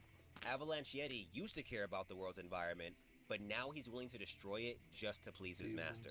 And Burn Rooster used to be in charge of waste disposal. He also has my favorite design out of all the bosses. Pretty ironic when he's basically a glorified garbage man. With their mission set, Zero, X, and Axel, since I guess he and X are cool now, deploy. They also have the help of new hunter navigators, Lair and Pallet. Lair helps with spotting enemy weaknesses, and she has a huge crush on Zero. So much so that she even knows his battle style. Pallet helps with guiding the hunters through each stage, and turning the metals they collect into various upgrade chips. She also fights like Axel. And this is probably a good time to mention that Aelia got hands too. She fights like X, with their very own Aelia Buster. Anyway, one by one the Maverick bosses catch the work. However, there is this odd conversation that X has with Aelia after the first boss fight. Take a listen. X? What's the matter? The mission's only just begun. That's right. It's begun again. How long must this war go on? Just the thought of wiping the floor with those 1 second. Oh, yep. Hold on.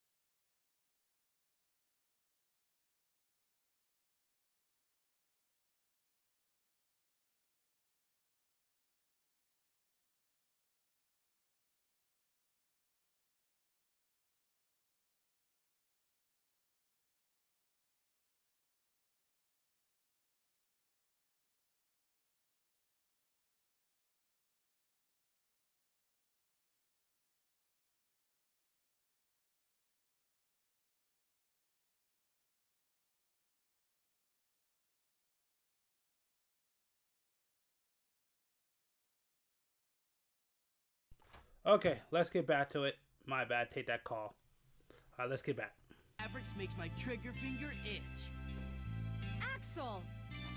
No, Aelia. Axel's right. There's no time to be wishy-washy here. Even as we speak, Mavericks are causing havoc. X! What the fuck? You spent so much of the last game in your feelings talking about how violence isn't the answer. But now when Axel says some crazy shit like this, not only are you cool with it, but you agree? In what world does a pacifist hear, yeah, all these bad guys make my trigger finger itch, and think, yes, you're right, there's no time to be wishy-washy here. Granted, he is right, this is pretty serious. But this part still felt hella out of character for me. In my headcanon, Vile got our boy so shook that he started talking crazy. Either way, the Maverick bosses are defeated, and the team finds the dark truth behind all these new-gen Reploids going Maverick. Sigma's data is stored in their copy chips, so this is a lot worse than them just going Maverick. These guys are like clones of Sigma. He actually refers to them as his children. The Maverick commander then sends a transmission to Hunter HQ, and tells our heroes that he now has control of the Jacob project. He and his followers have grown tired of this basic-ass planet, so he plans on using the project to usher in his new world and end the old one. So the Hunter trio rides up the elevator to space. After taking down a bunch of new-gen Reploids and Vile once and for all, they finally run into Sigma. And homie's design looks... Amazon Black Friday week is here. With deals up to 40% off.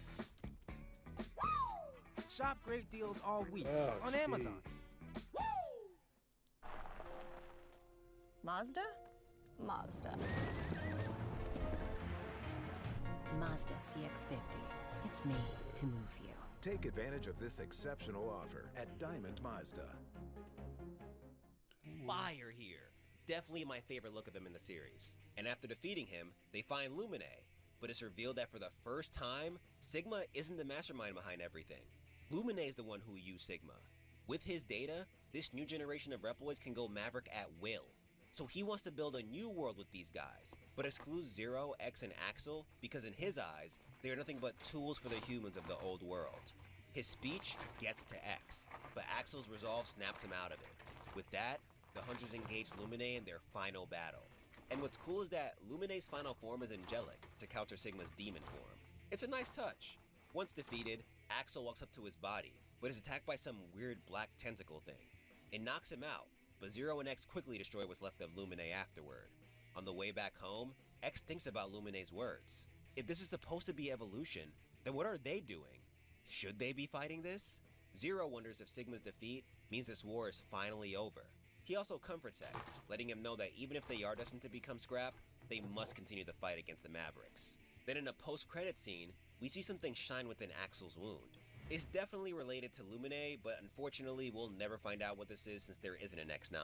We also find out that copy chip production stopped once Lumine's Maverick stunt became public, but production ended up resuming because society needs new-gen Reploids to help with space development. So y'all didn't learn anything from what just happened. Heard you. But folks, that brings an end to the very long Mega Man X timeline. As you guys know from that theory we talked about, the last scene is Zero sealing himself for the betterment of mankind and so the Maverick virus can be studied. But we're not done yet. There's still one more game we gotta cover. It's not canon to this timeline, but I mean, we've already covered pretty much all the X games, so might as well. With that, let's get into Mega Man X Command Mission. So you know how cool. Mega Man X had some features inspired by RPGs? Well, that comes full circle with this game since it actually is an RPG. However, that's also the reason why Inafune had nothing to do with this title. He believed that Mega Man X belonged in the action genre. So when Capcom told him to make an RPG for the series, he said no and left it up to the others. The story takes place in 22XEX, the same time as the Mega Man Zero series. In the official complete works, Ryuji Higurashi, someone who worked on Command Mission, stated that this 22XEX should be seen as another possible future outside of the Zero series. So there's your proof for it not being canon.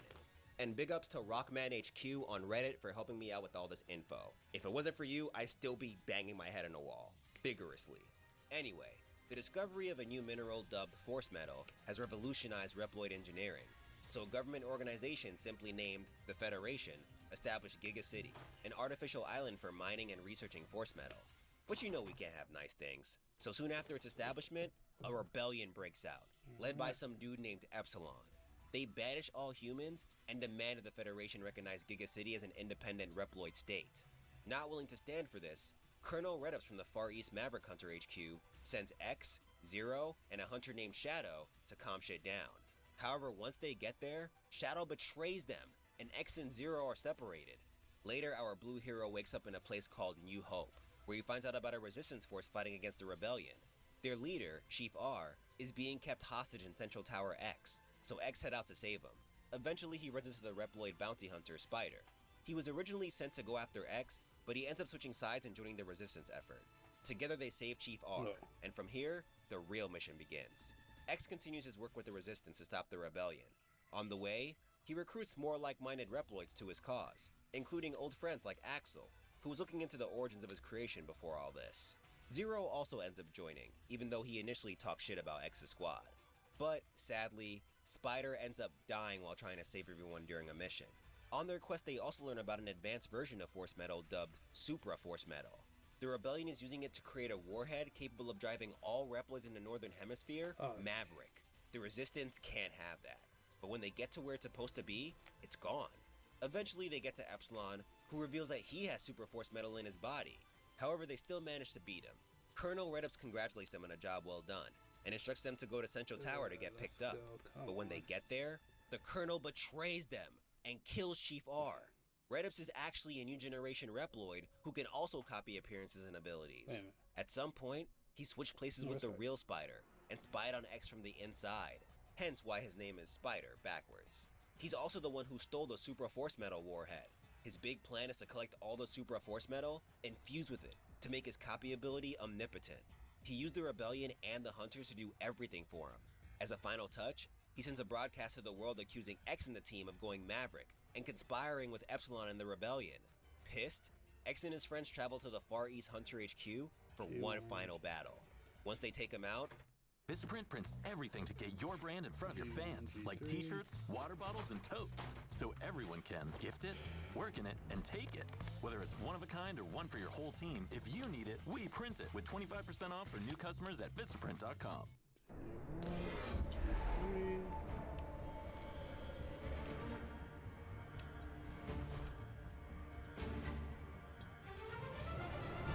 Alright.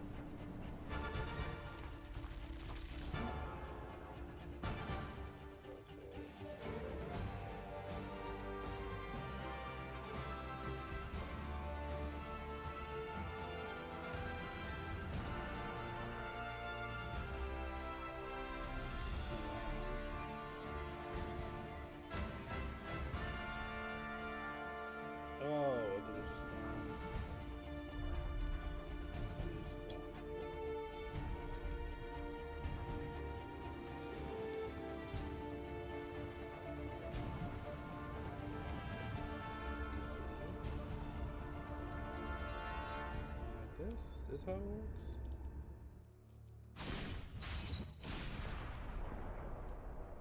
Oh, okay, so it's just...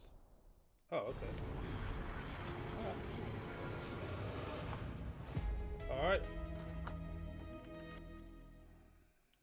the last of Epsilon's soldiers, Ferrum, self-destructs with the Supra Force Metal, so no one can use it for evil ever again. Afterward, Epsilon's Maverick status is posthumously dropped, since Redups was behind everything. And with that, X's last adventure comes to a close, thus putting an end to the Mega Man X timeline.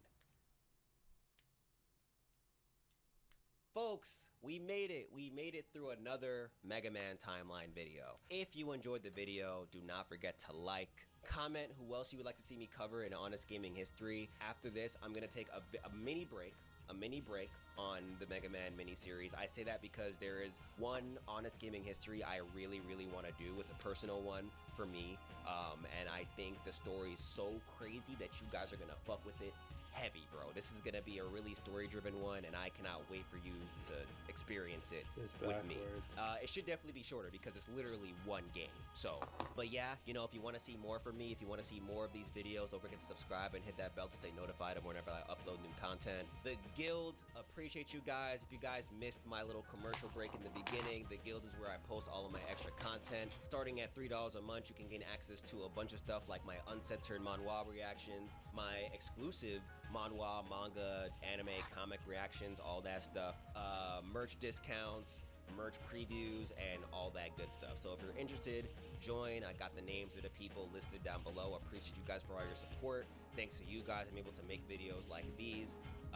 But yeah, check it out. With your support, I'll be able to make even better videos. I'll be able to make even more merch. If you don't want to support through the Guild, you can always get some merch for yourself. Check it out. It's all on the dojiverse.com, link in the description. But with all that being said, I am off this. So, as usual, be easy. Oh my, I did it again. I did it again. Why do I keep doing it? All right. Peace out, fam. So this goes. Okay, yeah, it was backwards. This one goes in here.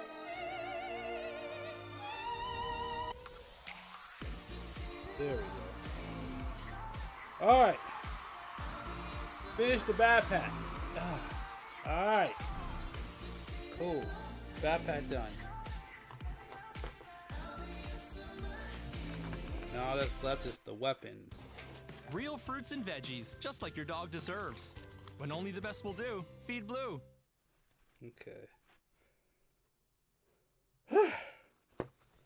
Okay. Alright, now we gotta work on the weapon.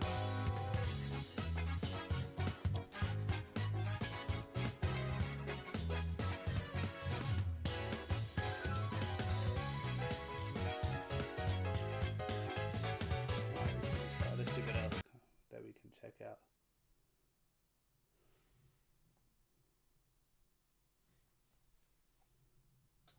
Do we want to do the insane story of G Gundam?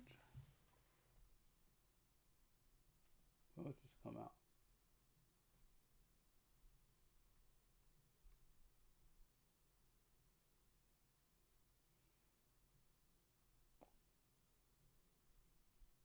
Oh, you know what? I haven't watched Final Fantasy in a while. We'll finish up with some Final Fantasy stuff. Why not? Pendants. As such, it could not be allowed to continue in the way it had been. Oh, there we go. Oh, yeah. I haven't seen this channel forever. Oh, heck yeah. Let's check it out. One of the more fascinating aspects of storytelling often relates to how much is hidden within plain sight.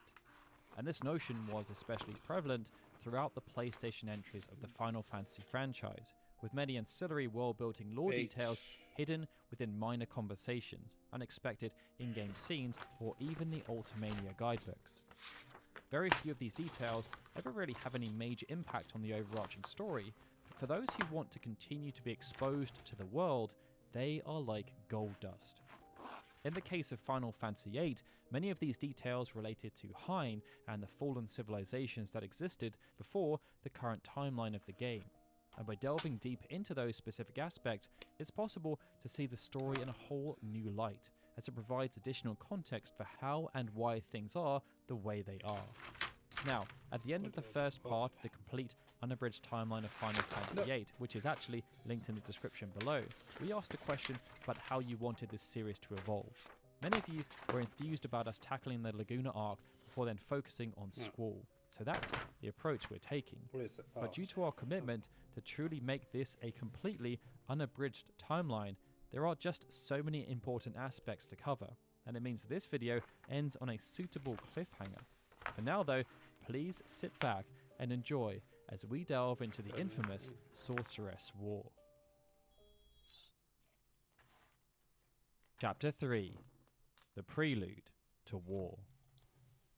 Chapter 3? Ever interested in accumulating more and more knowledge? In the years following... Didn't realize... Okay, no, we're not doing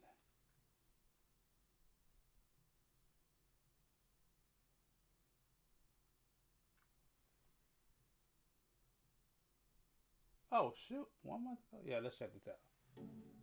Like a relentless weed, No, I think I already moderate to checked that severe one. ulcerative colitis. Check out something else.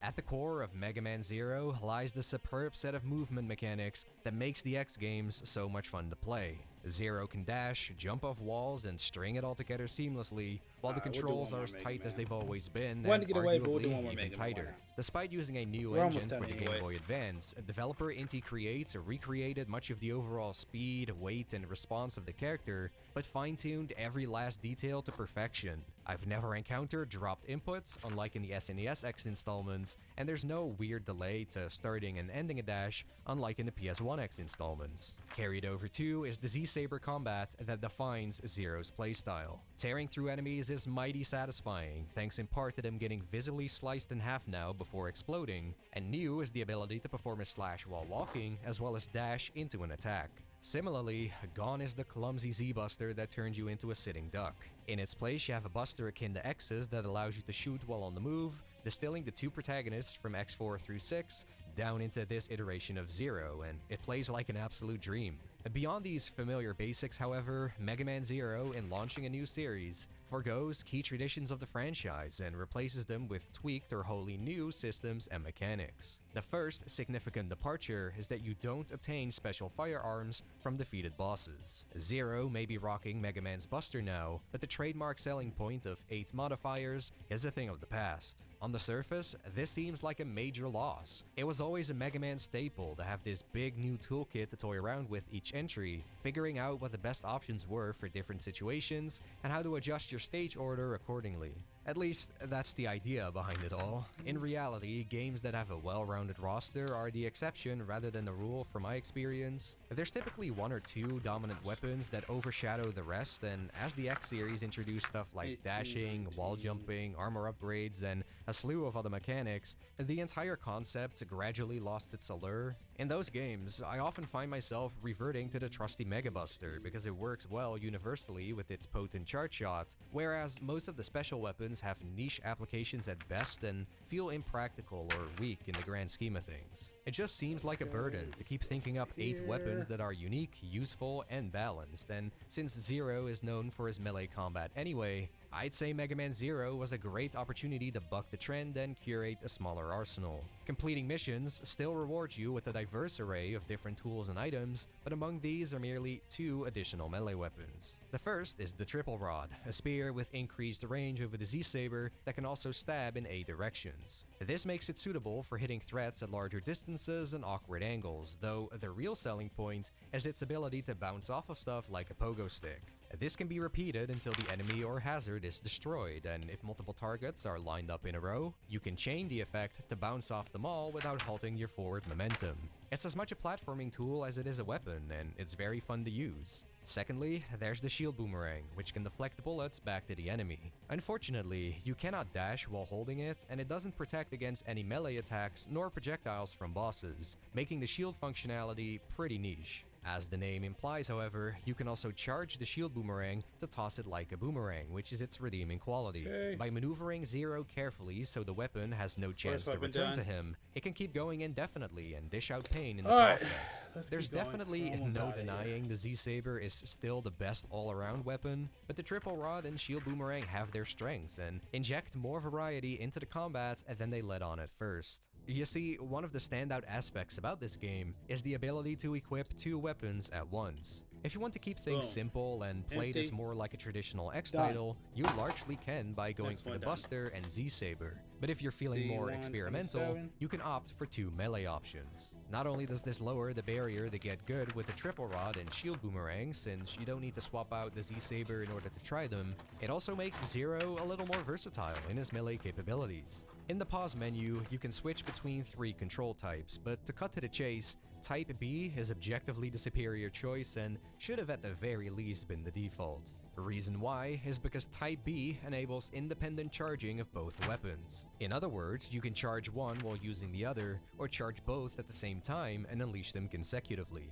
Better yet, it's not just the Buster that can be charged. So can the Z-Saber for the first time since X3, as well as the Triple Rod and Shield Boomerang. We'll get into some of the advanced tech this opens up later, but on a base level, it's an evolved take on the system in X4 through 6, where you could equip a special weapon and fire X's Buster with a different action button. The downside was that using one firearm would cancel the charge of the other, so there was limited potential for weapons to follow up on each other. Admittedly, the complete move pool in this game ain't that deep either, since only the Z-Saber has extra tricks up its sleeve, and even then it's only 2, the mid-air spin and a rolling ground slash. This is a little disappointing considering Zero could learn more in prior entries like an uppercut, downward stab, and mid-air dash. It was pretty cool how you could chain these Z-Saber skills together as well, and that would apply doubly so in Mega Man Zero with the ability to wield the dual weapons. The thing is, techniques in the PS1X titles were primarily intended as boss weaknesses. Consequently, Mega Man Zero seems to have set them aside a bit, seeing how the new elemental chips already fulfill the role. These chips can be equipped one at a time and create a very literal rock, paper, scissors scenario where ice bosses are vulnerable to the flame chip, electric bosses to the ice chip, and fire bosses to the thunder chip.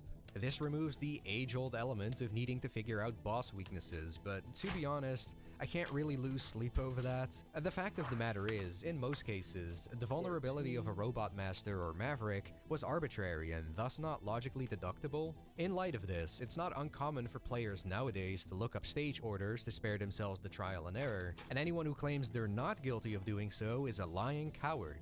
The concept was groundbreaking for replayability in the NES era, but the novelty had worn off by the 2000s, I think, and decoupling Zero's techniques from weaknesses is a smart move because it means enemies and bosses won't be resistant to or break apart from any of your melee attacks. You could argue the elemental chips are so basic and obvious they may as well not be in the game, and I don't disagree, but since they're all acquired by finishing different missions, they can still inform your decisions on where to head next, retaining some of that Mega Man DNA. Zero accounting software helped put me on the right path. It's easy to find your numbers all in one place and get a clearer financial picture. So find the power in your numbers and open the right doors with Zero. This holiday at T-Mobile, families can save 20% every month versus the other guys. So check out the savings calculator to find out how you can save. And for more holiday cheer, get the Google Pixel 9 Pro on us.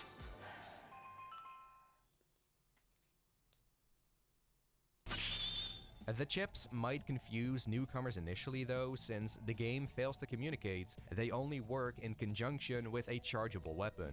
This means you must first either find the Shield Boomerang, which can be charged out of the gate, or upgrade the Buster, Z-Saber, or Triple Rod to a certain level. See these stars at the bottom of the pause menu? Yeah, new to Mega Man Zero is the weapon level up mechanic, where each weapon gains new techniques as you use it. I guess it's meant to incentivize use of all your weapons, but the implementation has issues. By default, I think it's fair to say Zero is arbitrarily incapable. You cannot use the elemental chips without the ability to charge for one, but by extension that means you cannot even fire a proper charge shot without leveling up the Buster, and in addition to that, you start with only a single slash for the Z-Saber.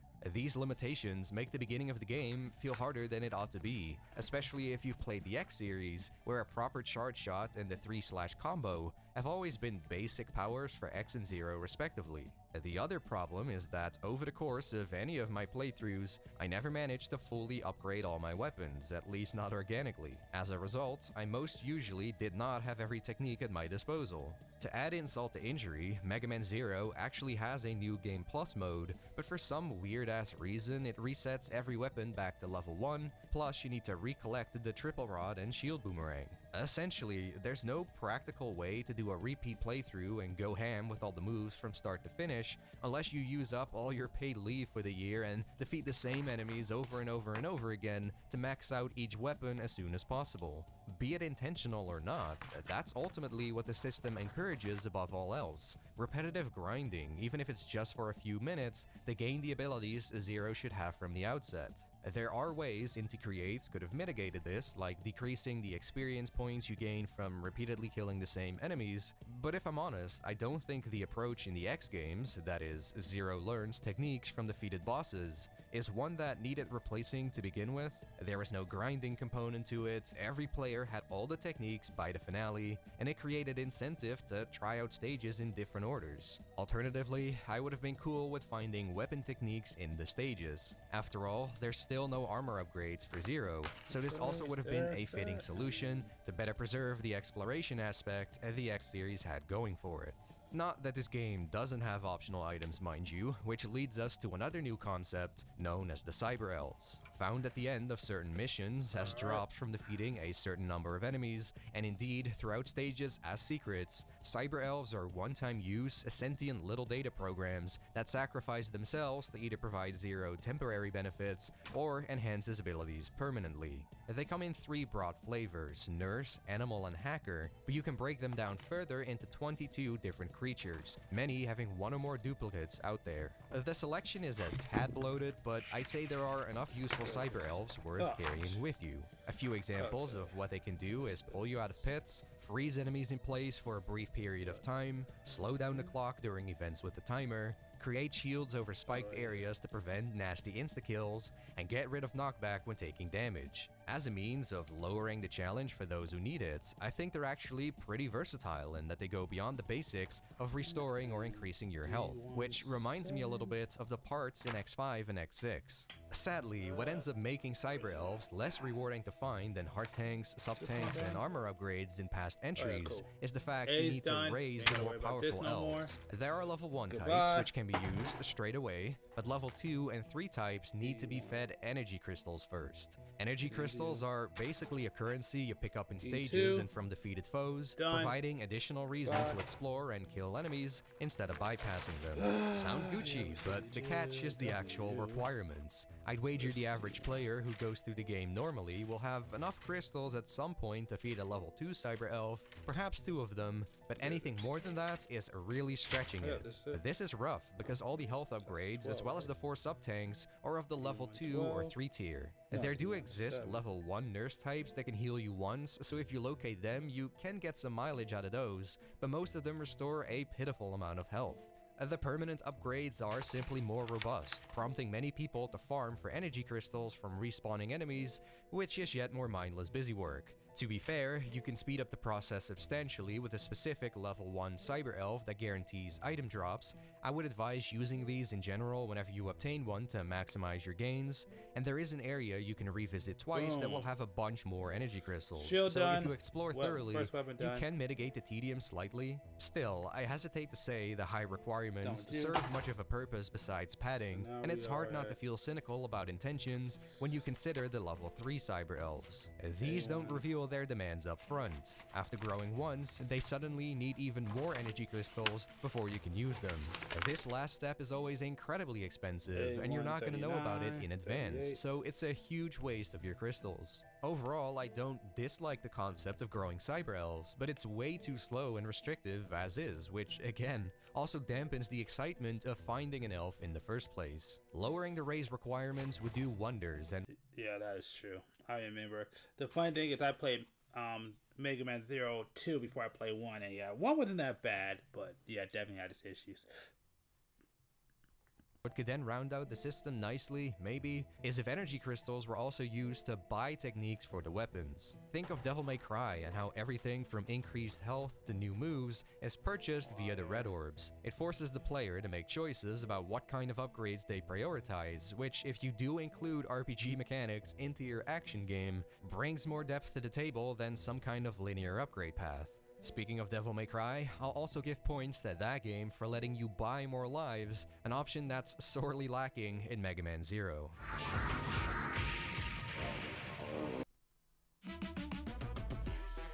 This holiday, get more gaming and more cheer. Switch to 5G home internet, and for a limited time, get the Xbox Gaming Bundle and the Xbox Series S on us. Only on Verizon. Okay. Yep. This thing's a horror story.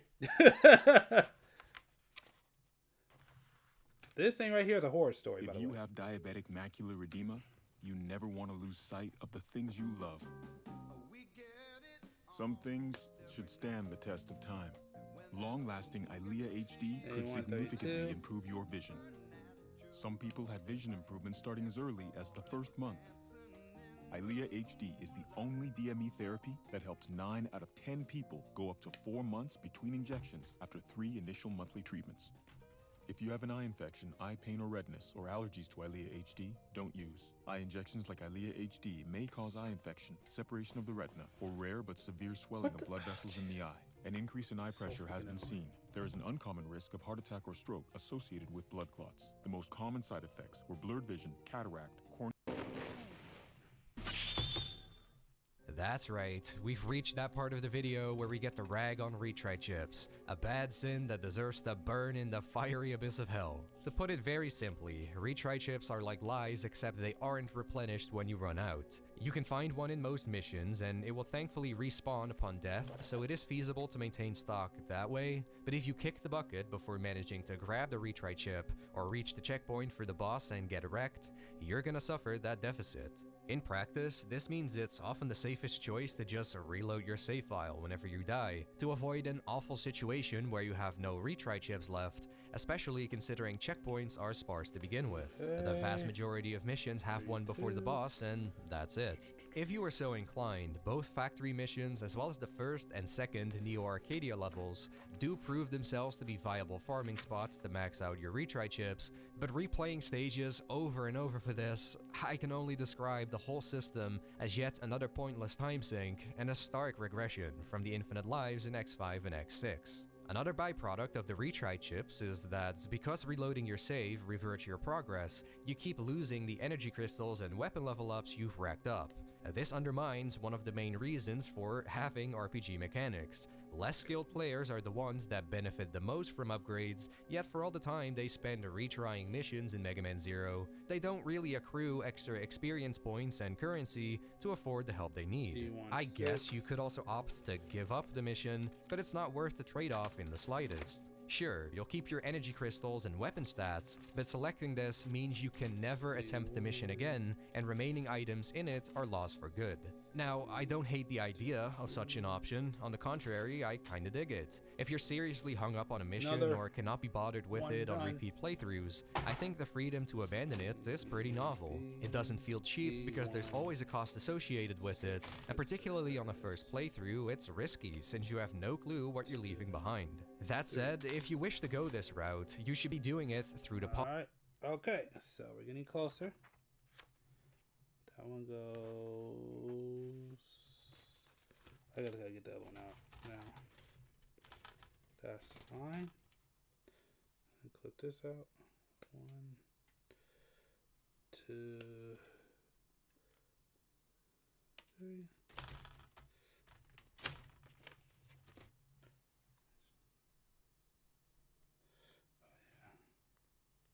Goes up like that, right?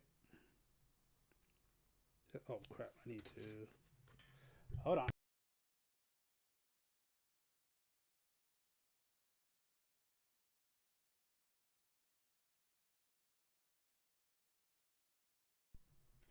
Alright. So now, let's keep going. Pause menu, from where you can evacuate without sacrificing any retry chips. Meanwhile, if you abort upon a game over, you'll be on the verge of another game over right as you roll into the next mission. It's practically a dead end.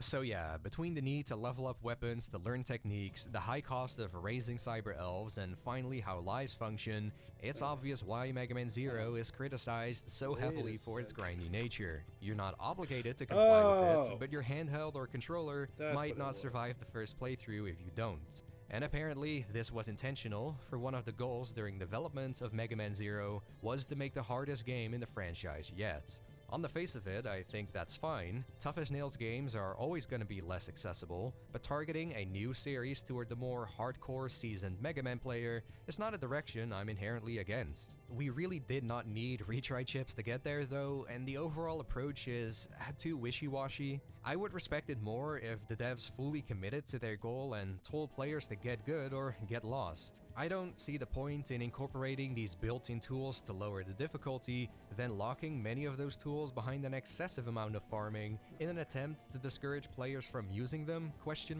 If that was the intent, there's a more elegant solution present in the game already. After each mission, your performance is graded on criteria like time, damage taken, enemies killed, and indeed, cyber elves used. The higher the level of the elf, the more points you lose, and if an elf provides a permanent upgrade, points will be subtracted on every mission going forward. Not everyone agrees with this practice, argument being that players shouldn't be penalized for utilizing stuff the designers themselves implemented, but I see it more so as rewarding players who are willing to take on a greater challenge, which is standard practice in action games. It lets a wider audience enjoy the adventure via restorative items and other means of assistance, while also encouraging players to rely less on those crutches. The ranking system in Mega Man Zero is peculiar though in that you don't get ranked for each individual mission. The results screen suggests that's the case, but the rank at the bottom is actually based on an invisible average across your playthrough thus far. It's rather obscure, I had no clue until I did research online, but past that I don't dislike it being average based and it doesn't do a whole lot anyway. If you manage to uphold an A or S rank, bosses gain access to a special attack, sort of like a hidden dynamic difficulty. Hardly a big deal, but it's a cool little twist to acknowledge the efforts of dedicated players who put in the effort to master stages and bosses. You want to be quick, but not so quick that you skip too many enemies along the way, while also avoiding damage as much as possible. Personally, I enjoy doing a playthrough where I maintained an A rank throughout. There is a degree of trial and error involved, however, as Mega Man Zero is a certified victim of screen crunch. Now, I'm naturally inclined to cut the devs some slack here, as fast, action-oriented gameplay on the GBA is tricky to get right with such a limited screen resolution, but at the same time, I don't want to brush aside their part in this entirely. I mean, there's always a delicate balancing act to manage between level of detail in the graphics and enemy placement and behavior. Case in point, the PS1X titles. They have more pixels to work with than the SNES trilogy, but that pixel budget was spent on more detailed sprites instead of extended visibility. As such, fast enemies will catch you by surprise equally in all of those games. Mega Man Zero wants to have its cake and eat it too, where it has detailed sprites for the system, but many enemies also run or fly into you or shoot bullets when they're barely on screen.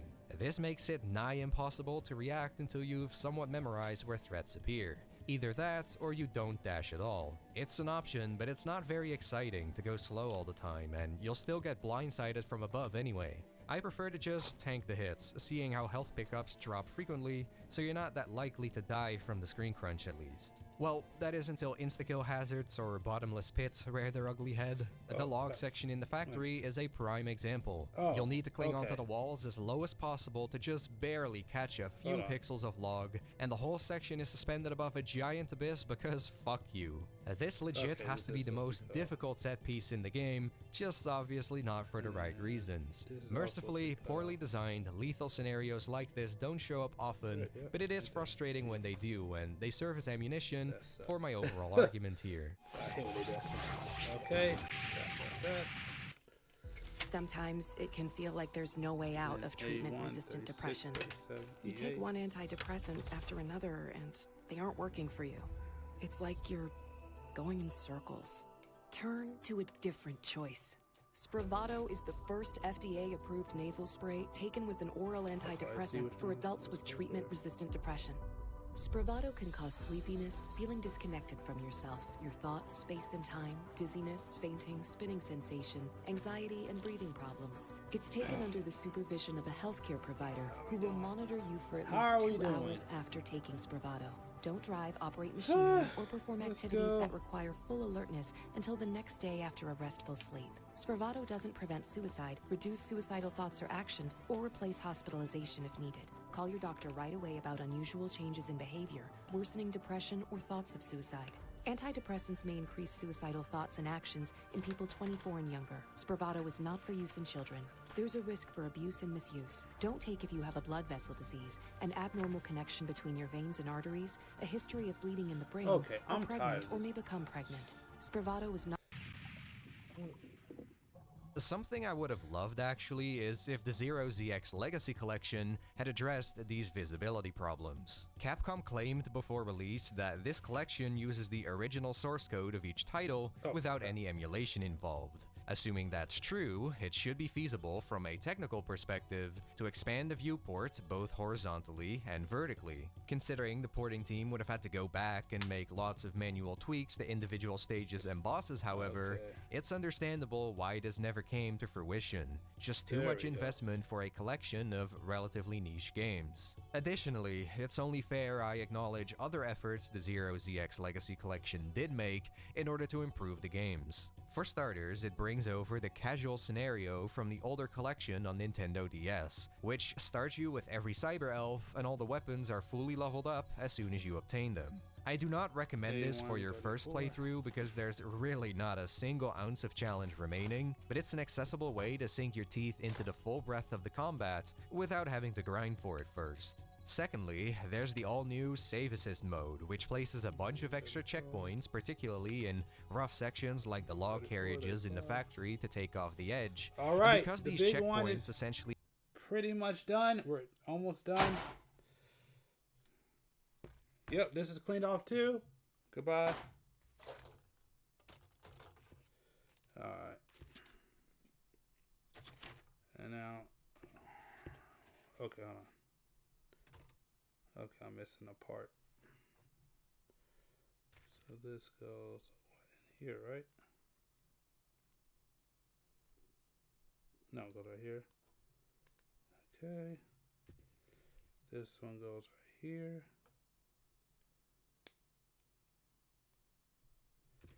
And this one goes right underneath. Oh, this one goes right here. Yep. And then I'm missing. Uh-oh. Did I drop it? The part should be here. Not here. Where's the part? Where's the part? Where's the part? Where's the part? Where's the part? It's not here? What the heck? Did it drop? It's gonna drop.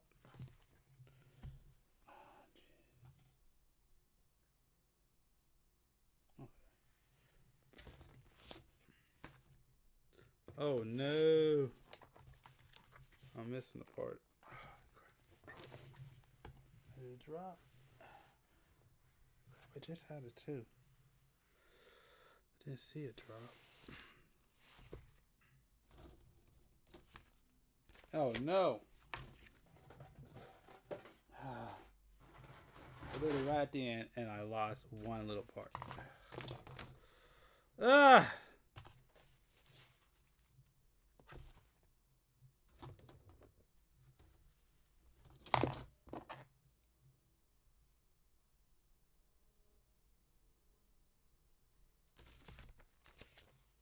Let me look.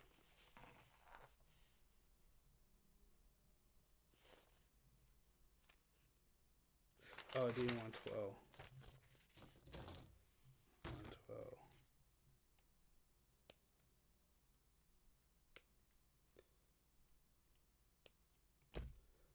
112 goes in the D112 go to D112.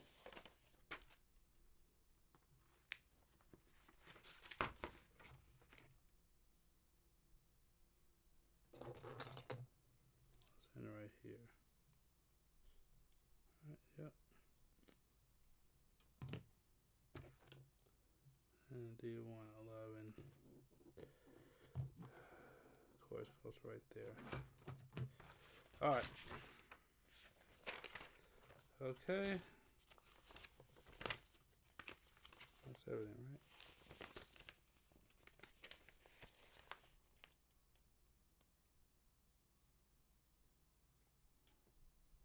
Yep, okay, I gotta find 40, which I dropped.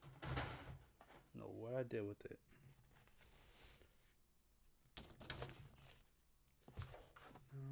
No.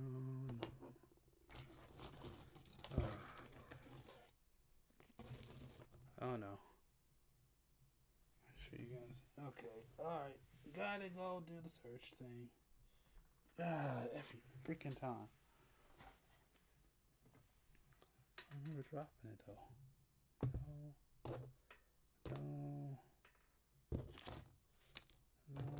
No.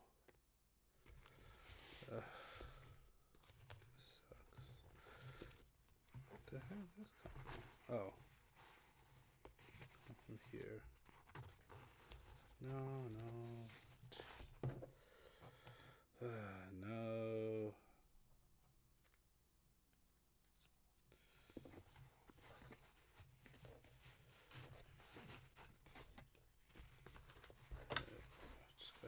I don't need this anymore.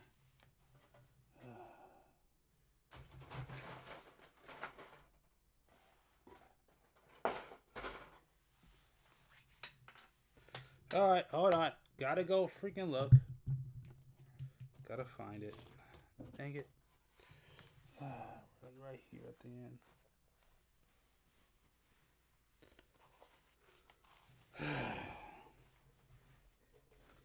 This sucks.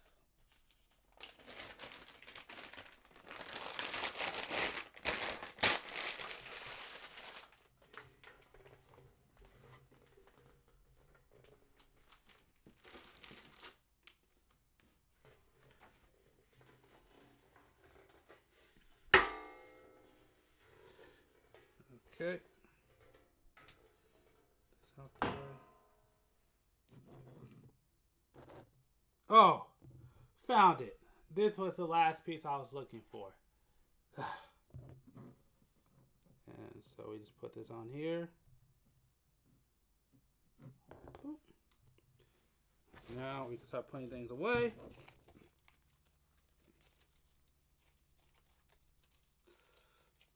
Yeah, we'll close this out because we're literally at the end.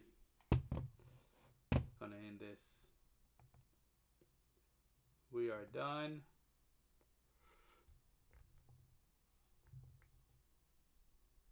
Where's that? Nope, that's not it. Alright. Here we are. We're at the end. Let's go ahead and put it all together.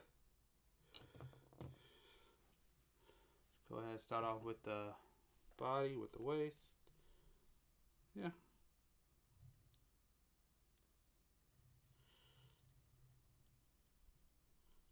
Let's go with the legs next. Both in here. 1, 2. Oh, this feels like the old kids. Okay, that's good. Next we do the arms.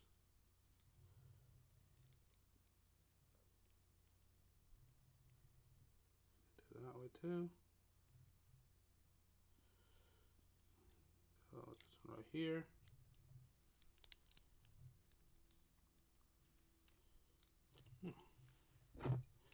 Goes right here.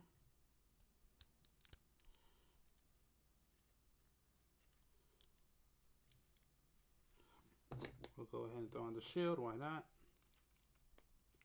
It's right here.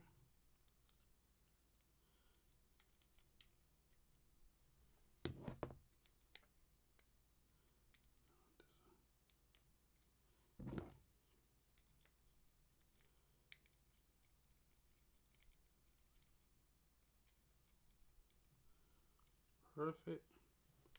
We'll throw on the backpack right now.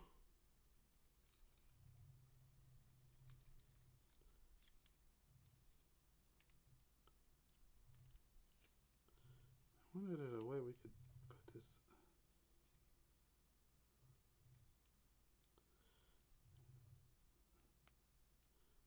There you go.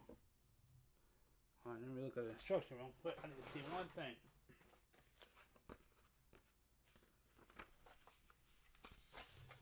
Does this come with? It's just not.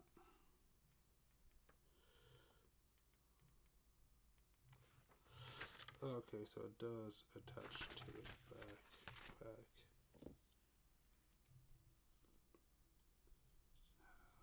Oh. What? Okay, so how's it do? How to get attached?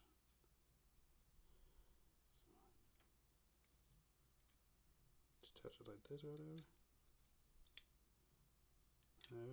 Let me see how it attaches. Hold on, let me make sure I do this right. Let me make sure I do this right.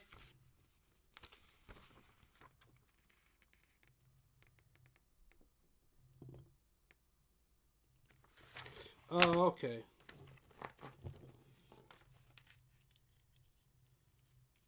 Come on. It says it comes across, right? Wait a minute. How does it come across? Let me look at this real quick.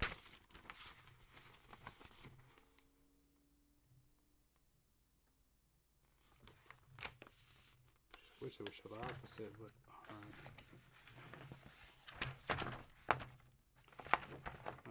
Let's check this out. It says it comes across like this.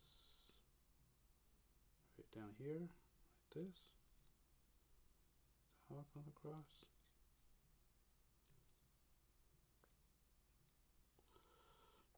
Okay, hold on.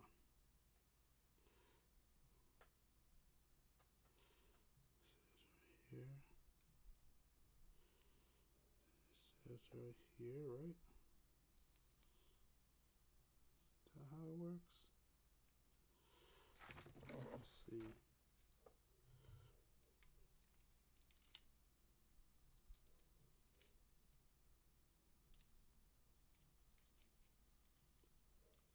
I guess so.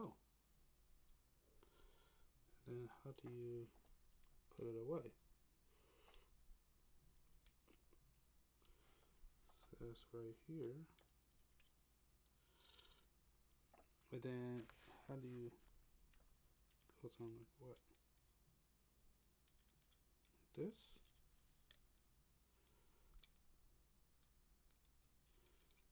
I don't get it.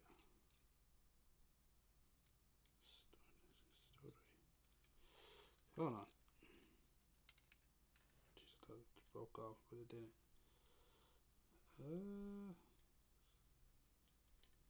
It's a store.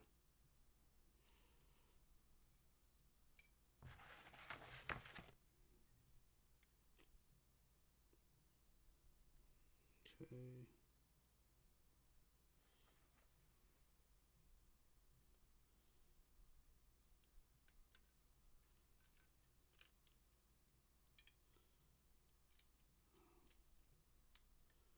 I don't get it.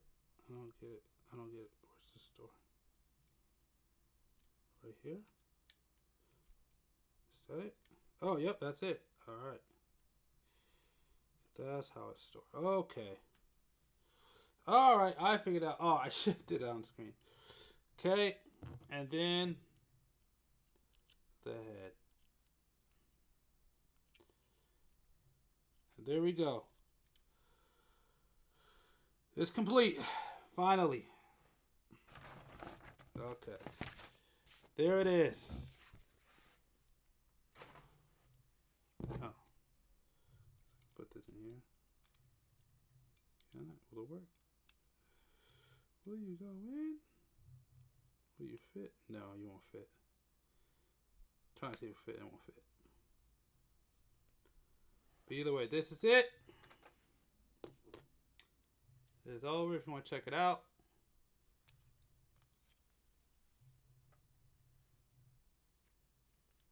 There it goes.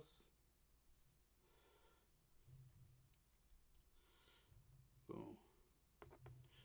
We just finished. Leave it like that for now. So, once again, we're done with another stream. I want to thank y'all. Next, I will be streaming tomorrow so you can check me out tomorrow. And yes, next time I will be reading chat. My bad, I got to invest it.